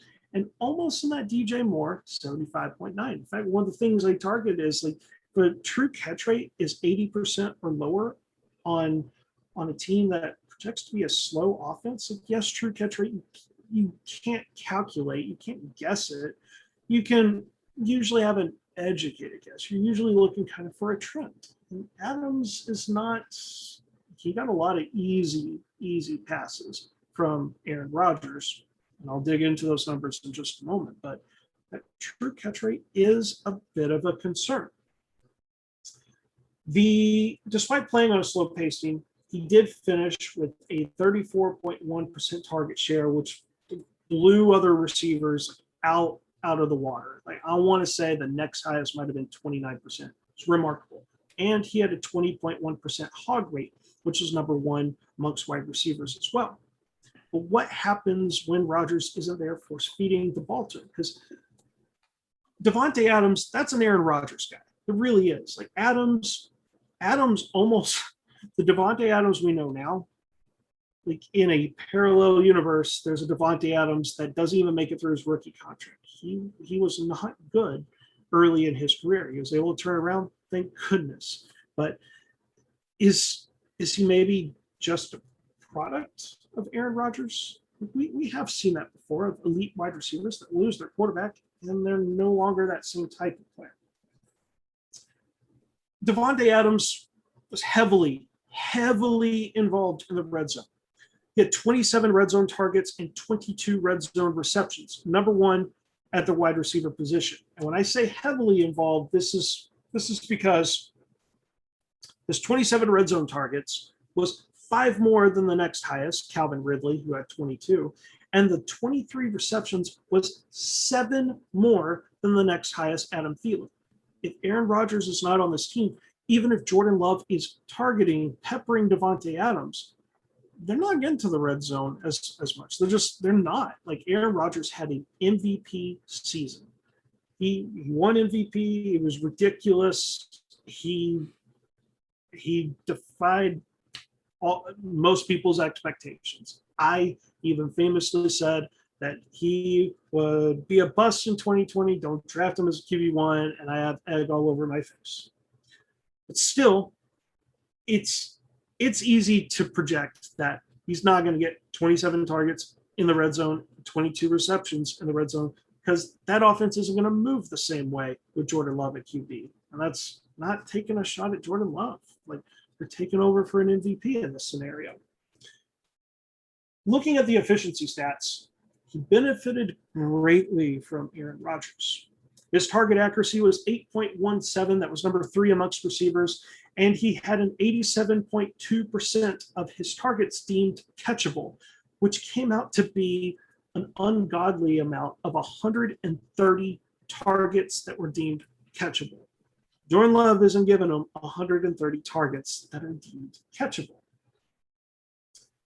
We've also seen, this is my last point on this one, not quite an apples to apples comparison, but Michael Thomas last year, a 4-game stretch where he lost his longtime starting quarterback, Drew Brees, replaced with a backup quarterback. Now, I don't know what Jordan Love is to Taysom Hill. I will say with Taysom Hill, he was actually completing a high percentage of his passes, but he was still a backup caliber quarterback. Michael Thomas in weeks 11 through 14 had Taysom Hill, the backup quarterback, throw him the ball. In those 4 weeks, Thomas finished as the wide receiver 14, 47, 17, and 23. Yikes. And Michael Thomas is a guy that was drafted as the wide receiver 1 going into 2020. And maybe a sign of what to expect if Aaron Rodgers does manage to get traded is with a backup QB. Adams, he may still finish as a back-end wide receiver 1, More than likely, it could be a lot worse than that. Okay. I'm going to say it affects Aaron Jones more. Obviously, I'm taking the opposite stance. Now, first off, I do agree that there's a possibility Davante Adams is very much a product of Aaron Rodgers. But I look at specifically this situation. Sounds like Green Bay wants to pay Davante a lot of money. They want him here with Jordan Love. Now, being a product of Aaron Rodgers, that had to have helped his evolution as a wide receiver. So he's a bit better off having played with Aaron Rodgers, I would say. And I understand what you're saying about backup caliber quarterbacks. We don't know quite yet what Jordan Love is. And I can tell you this much. When it is his time, defenses are going to test him till they see what he can do, which means they're going to make it awfully tough for the teams to run because they're going to want to see him beat them by throwing the ball, right? So that's one aspect. Then you look at the fact Aaron Jones is another one of my sell candidates this year because he's, again, back-to-back top 5 finishes, okay? Very unlikely he hits that again. And particularly if Aaron Rodgers is no more, then not only does he lose the benefit, is he fighting an uphill battle because of his past production, but then he's losing the benefit of having Aaron Rodgers next to him. Okay? And then the defenses are going to go, oh yeah, fuck yeah, let's load up against Aaron and make Jordan beat us through the air. And of course, who else is he going to fucking go to? I mean, I kind of like, I still kind of like MBS. I'm not going to lie. I don't mind him as like a bench receiver. But Amari Rodgers is interesting. There could be someone that does step up as the number 2 there next year, but it is Davante Adams. And you got a little bit of Tanya, but I think, if Love can do anything at all, he's going to be able to get the ball to the best receiver on the team.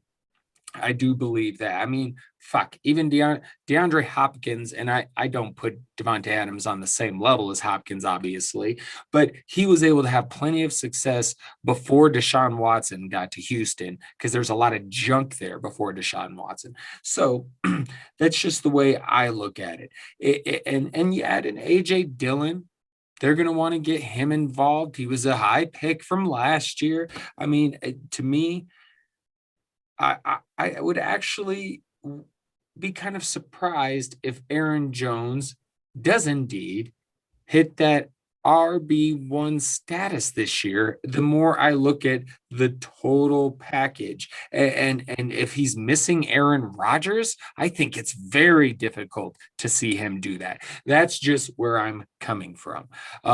But I definitely like both sides of the argument. This is another interesting one. I really like that. Both sides of the argument on this one. Here on the Dynasty Wonderland, sometimes we have to do some projections here. And we have to maybe assume that something crazy happens with Aaron Rodgers. So right. We want the listeners to know if that trade happens, what to expect, which is really chaos for everyone. That's probably more the accurate answer, is that? It's like, we don't like it for either one. You're obviously dropping them, but we want listeners come away, make a decision for yourself. Which player you think is going to drop more in the rankings? Because neither one is going to be like the reason that this was such a good debate topic is they're literally going back-to-back ADP at the tail end of the first round. That's right. 12 and 13. So we know if Aaron Rodgers gets traded, they're getting bumped at least a round, maybe more. Yep. Agreed. All right, buddy, let's take another quick one and then we'll come back and wrap this shit up, get into a quick defensive discussion. We don't talk a whole lot about that, right? I think around here, I think we might have talked some IDP maybe one time once, but so we'll get into a little bit of the special teams defense discussion here coming up. If we've got a couple ideas for some late round defenses to go after. So take a quick break and we'll be right back.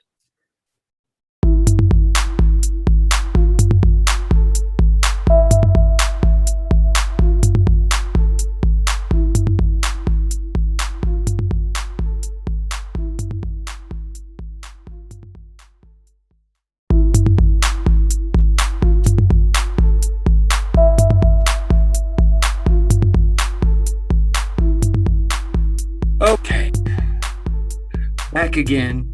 Time to wrap this tea party up. But before we go, a little discussion.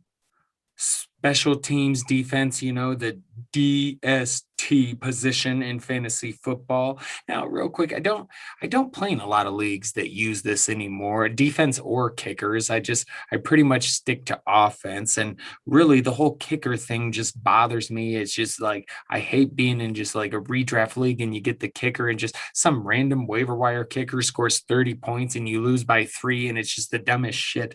But I get it to an extent. But really, for me, I don't want kickers, particularly kickers, unless it's an IDP league. Because I feel like if you're going to go so far as to have all the defensive positions, you got to have the fucking kicker too. At that point, have the whole fucking football team, right? So, and for that matter, if you're going to have defense, you might as well have a kicker too.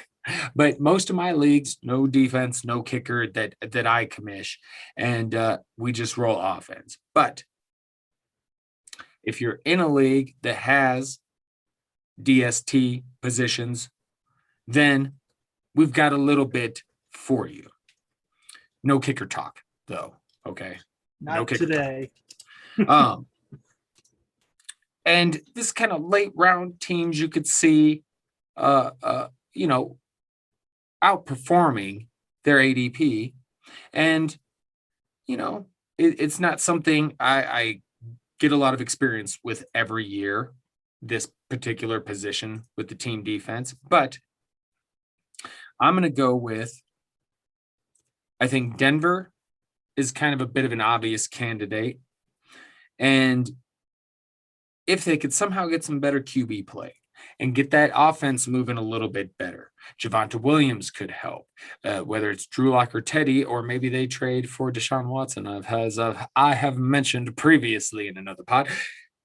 Whatever it is, if they can get better offensive production, that's going to help a defense that was already solid last year before all the additions they made this year. So I think that's a prime candidate. But really, a team I used to have an affection for, a strong affection for, the Minnesota Vikings. They were all the way down in the 20s in defense last year. I may not be a big Zimmer fan, but his defenses are better than that.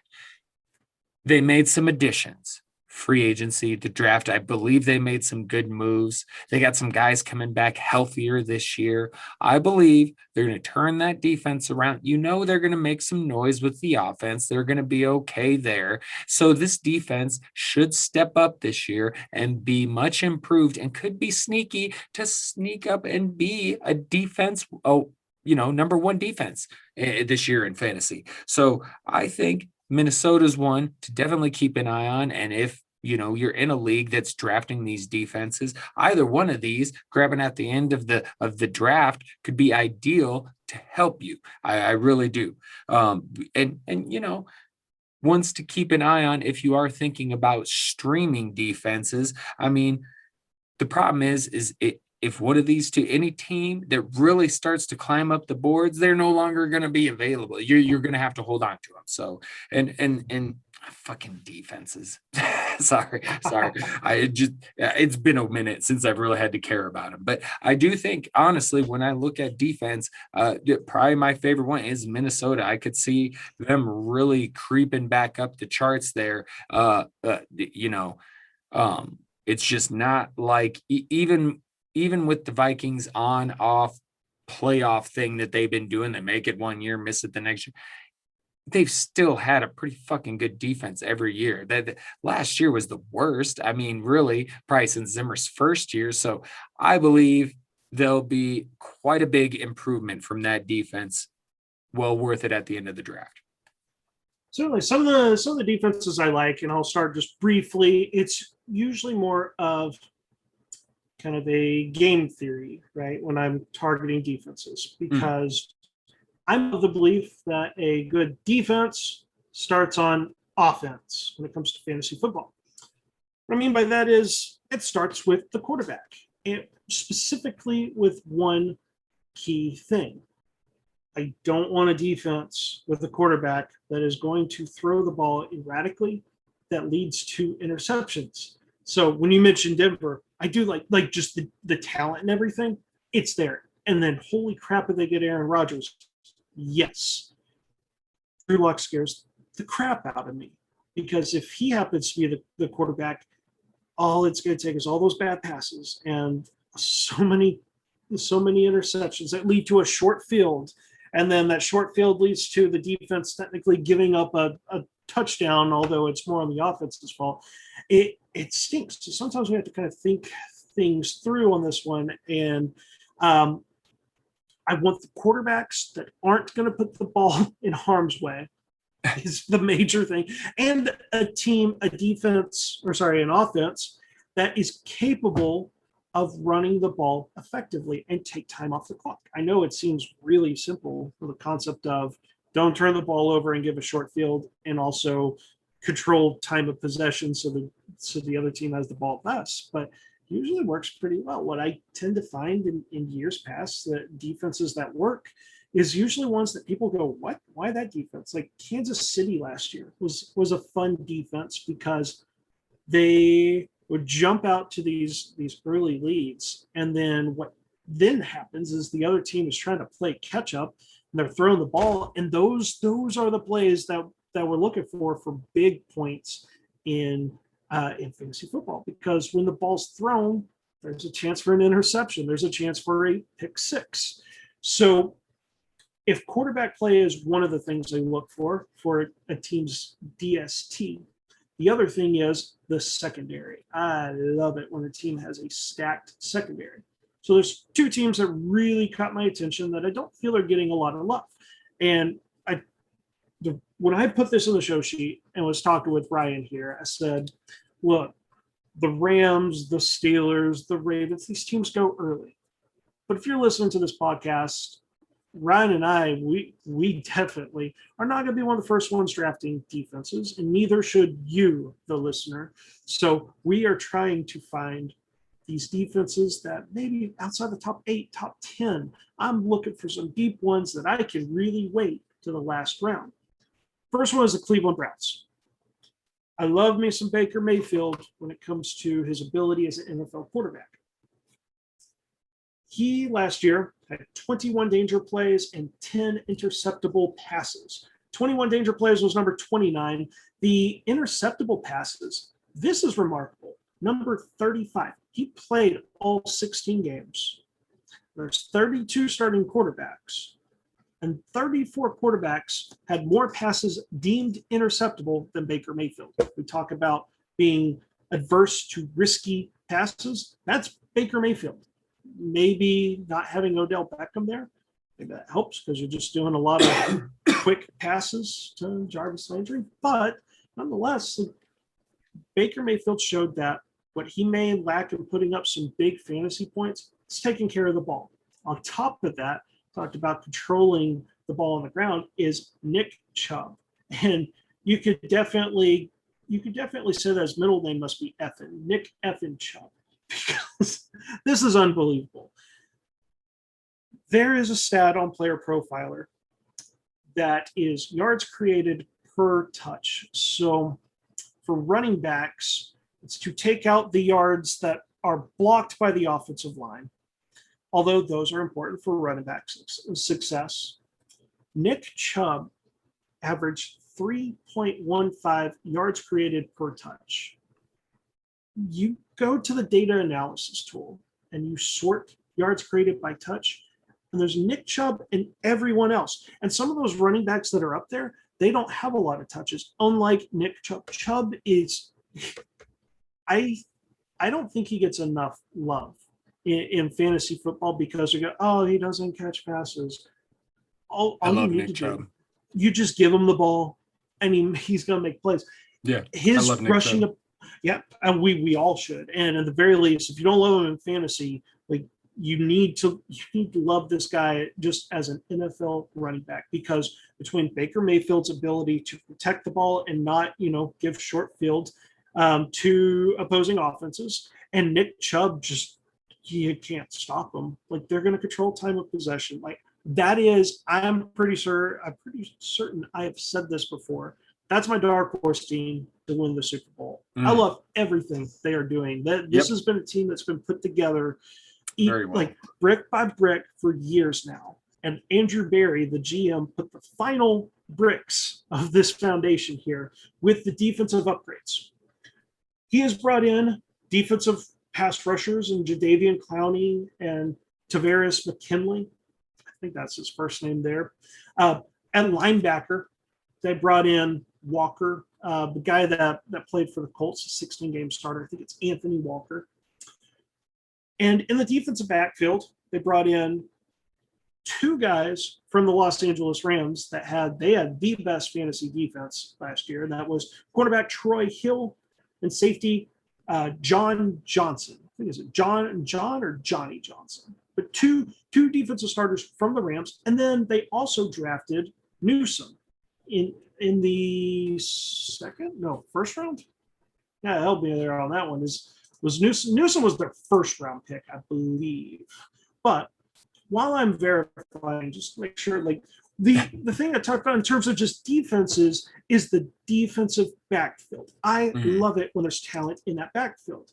And when you look at Cleveland, this is just defensive backs, by the way. There's 2 first rounders, 3 second rounders, and 2 third rounders. That's 7 players with day 1 or day 2 draft capital.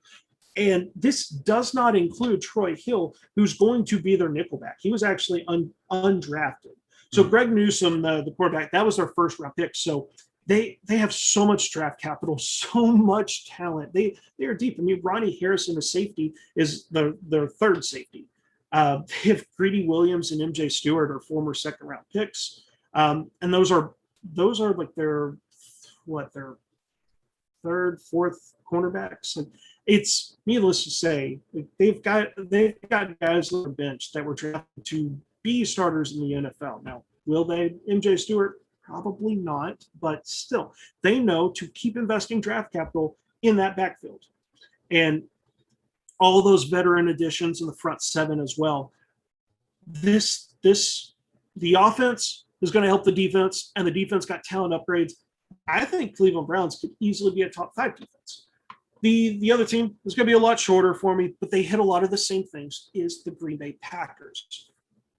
The offense, for the most part, is the same. They did lose their starting center.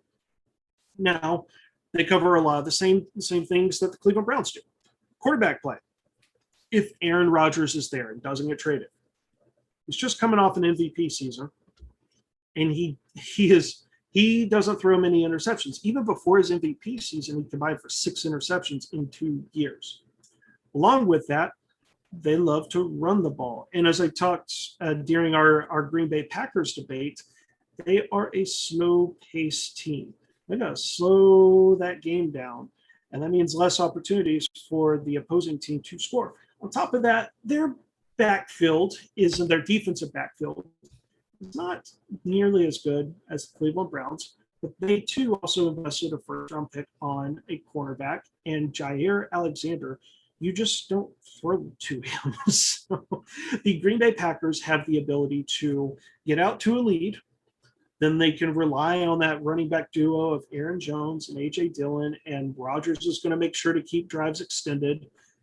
And teams are going to be so frustrated. And two impressive stats on the offense is they were number 1 in the NFL in percentage of their offensive drives that resulted in a score. They were also ranked 32. So they were best. Like they had the lowest percent of their offensive plays result in turnovers.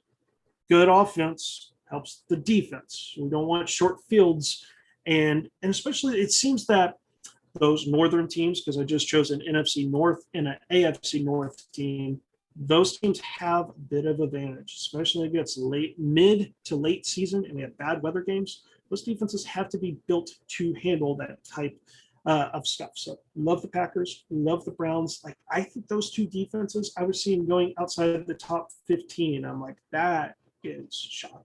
Like that's why I'm not going to draft a defense before the last round. I'll draft a kicker before I draft a defense because I can find.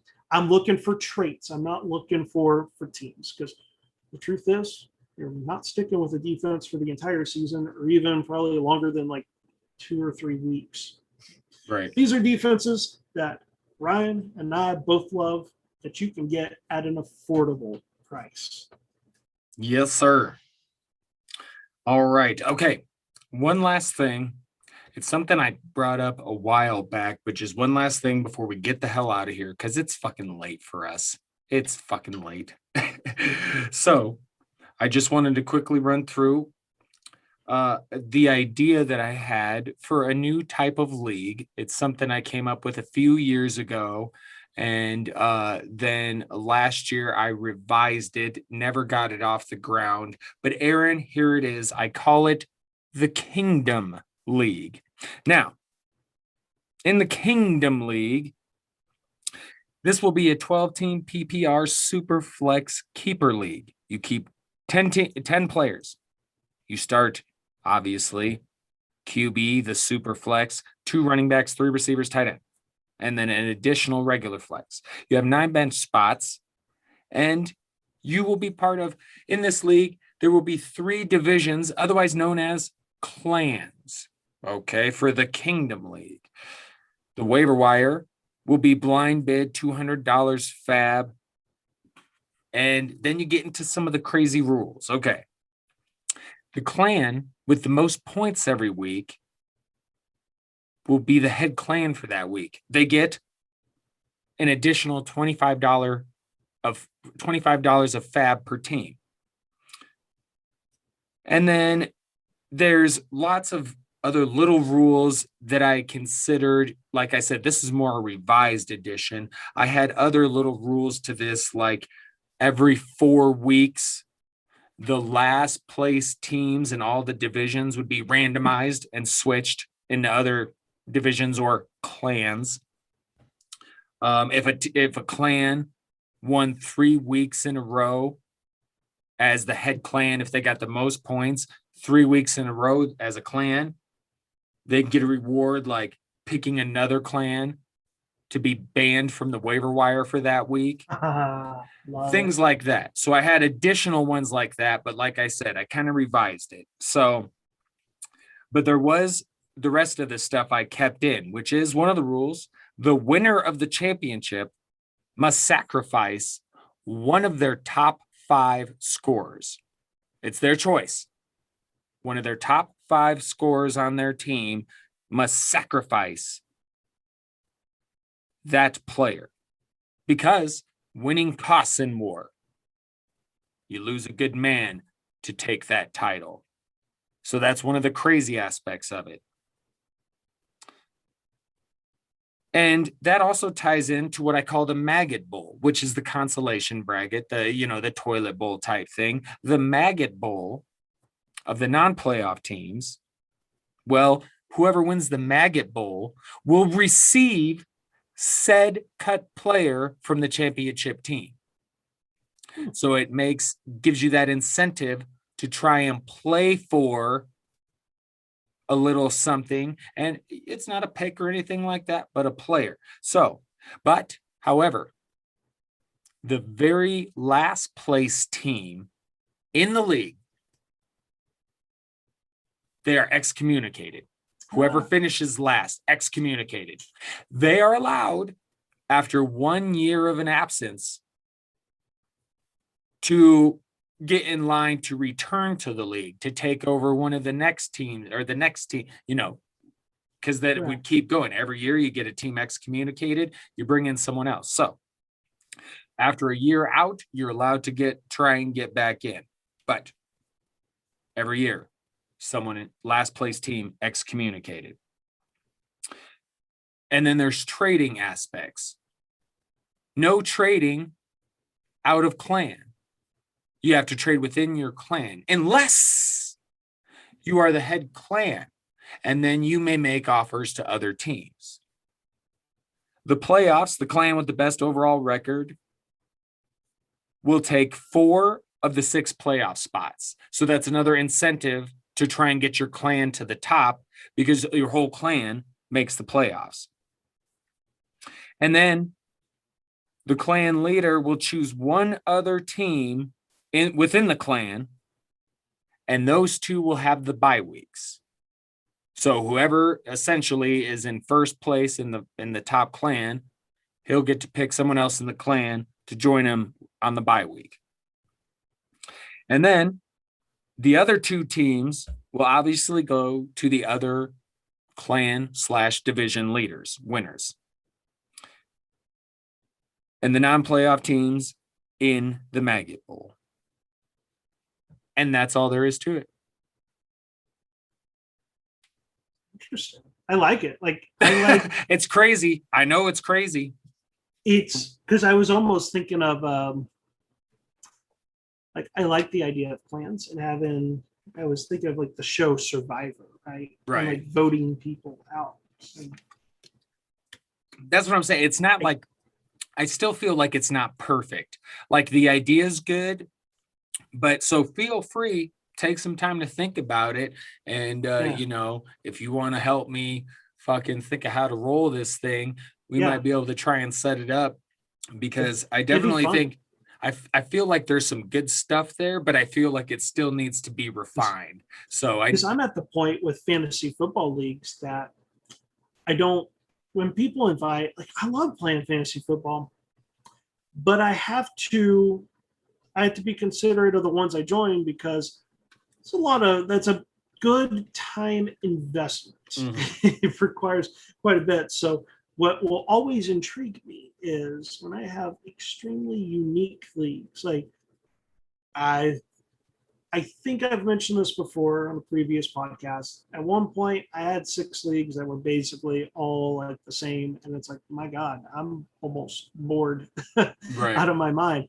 I am tired of fantasy football, because it's just the same old. The waivers are the same and all that. So I always like it when there's something a little unique, like the good old guillotine league. I am pumped for that. Probably gonna get my tail kicked. But some lessons learned. Yeah. You never know, man. You might draft well and kick some ass. So hey, I'm with you though, because I kind of get points where I start getting a little burnout, and I'm like, it's still fun, but and then it's like, oh, super flex. Yeah, let's get into super flex. And then like I said, 2-3 years ago, it was the guillotine league. I was like, oh, fuck yes, this thing is great. And so yeah, man. It's fun to find new ways to do things, and I've been trying to think of a way to do it, and that was my revised edition. And like I said, feel free to think and ponder on it, and if you have anything to add, maybe we can work together and figure something out, because I think we could use a new kick-ass style of league, and I think there's some good ideas in there. So all right. Aaron, before people in the underworld to maybe join, right, we could. But that'd be fucking awesome. I like to think of something unique. Besides that, the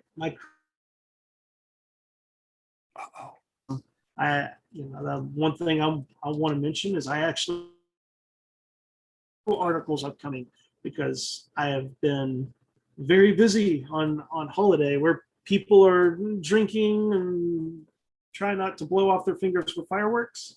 I opted for sitting down in a dark room with music on and pumping out an article. So I got 2 coming out. One is One is actually going to be for the sister site of Player Profiler, the Breakout Finder.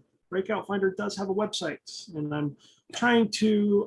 I love the Breakout Finder app. I Mhm. love anything and everything that is related to Roto Underworld, and I always want to do everything I can to help with anything that I can with a site.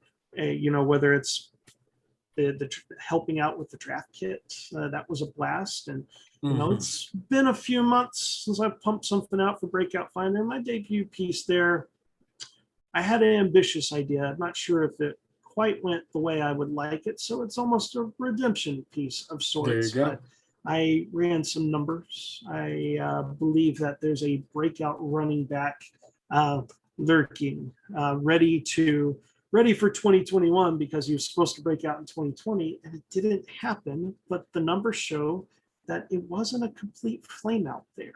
I'll have to save that running back.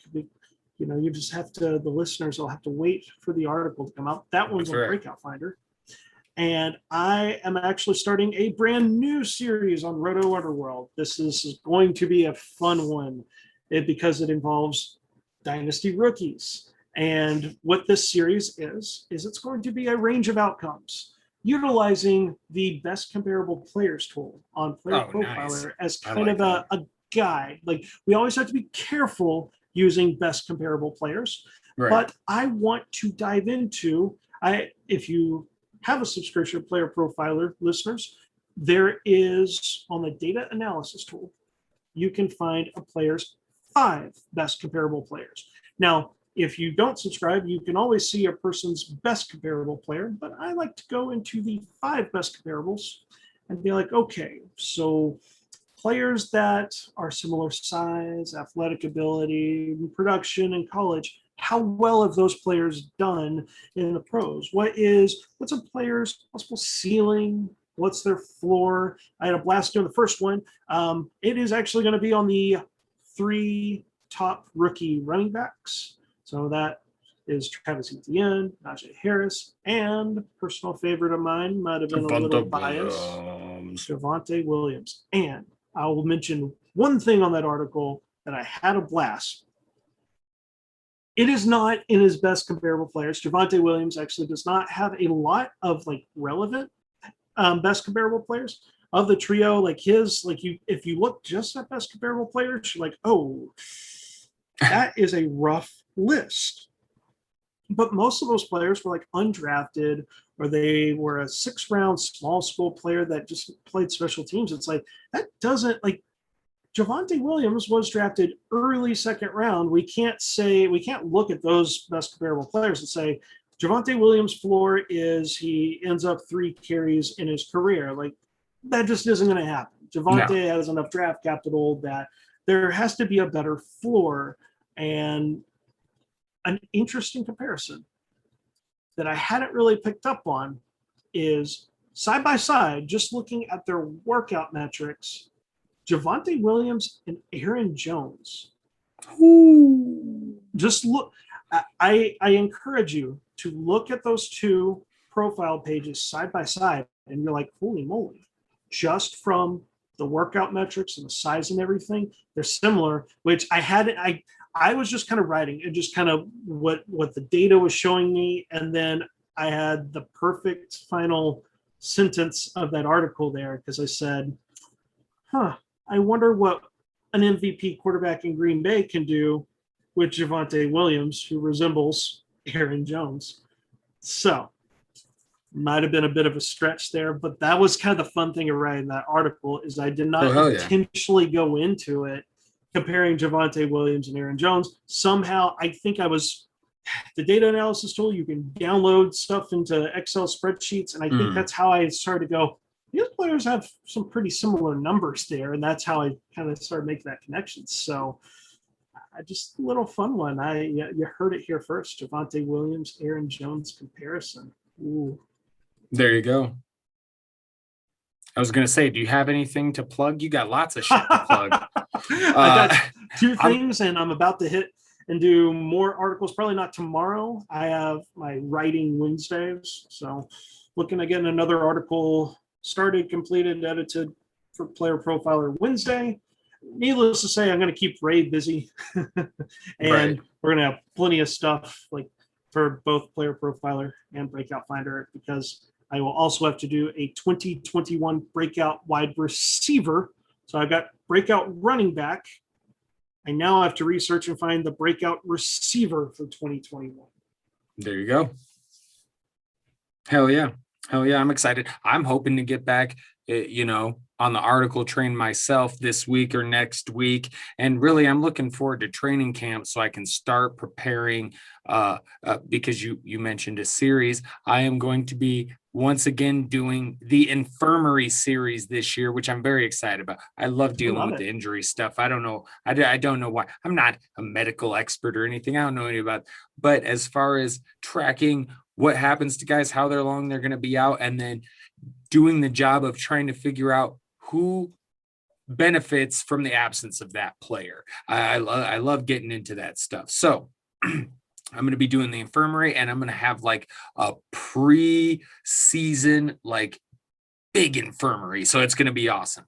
And so I'm very excited for that, but I'll have some other stuff coming out eventually. So good times. Look for all our content, Player Profiler, all of that. Next, if I may. Oh, yeah. I think you were about to hit on the next week. I was going to say next week we got Mr. Josh Larkey joining us on the show. That's right. And we actually have guests planned out for the next few weeks. So we got a nice fun filled. We're not going to get too much detail right now, but next week we do have Josh Larkey. We got plenty of guests coming up after that. So good stuff. We should be able to have some fun here in the NFL downtime. So Aaron, do you have anything else left to say to the peoples, my friend? As always, it was a blast doing this podcast, and I can't wait to have some guests join us. It's going to be fun. That is right. That is right. I agree. All right, everyone. Enjoy your week. Please enjoy. And hey, from the chatter, the Mark Sheridan, we'll talk to you later. Scott Fishbowl, happy fishing, motherfuckers. Until next time.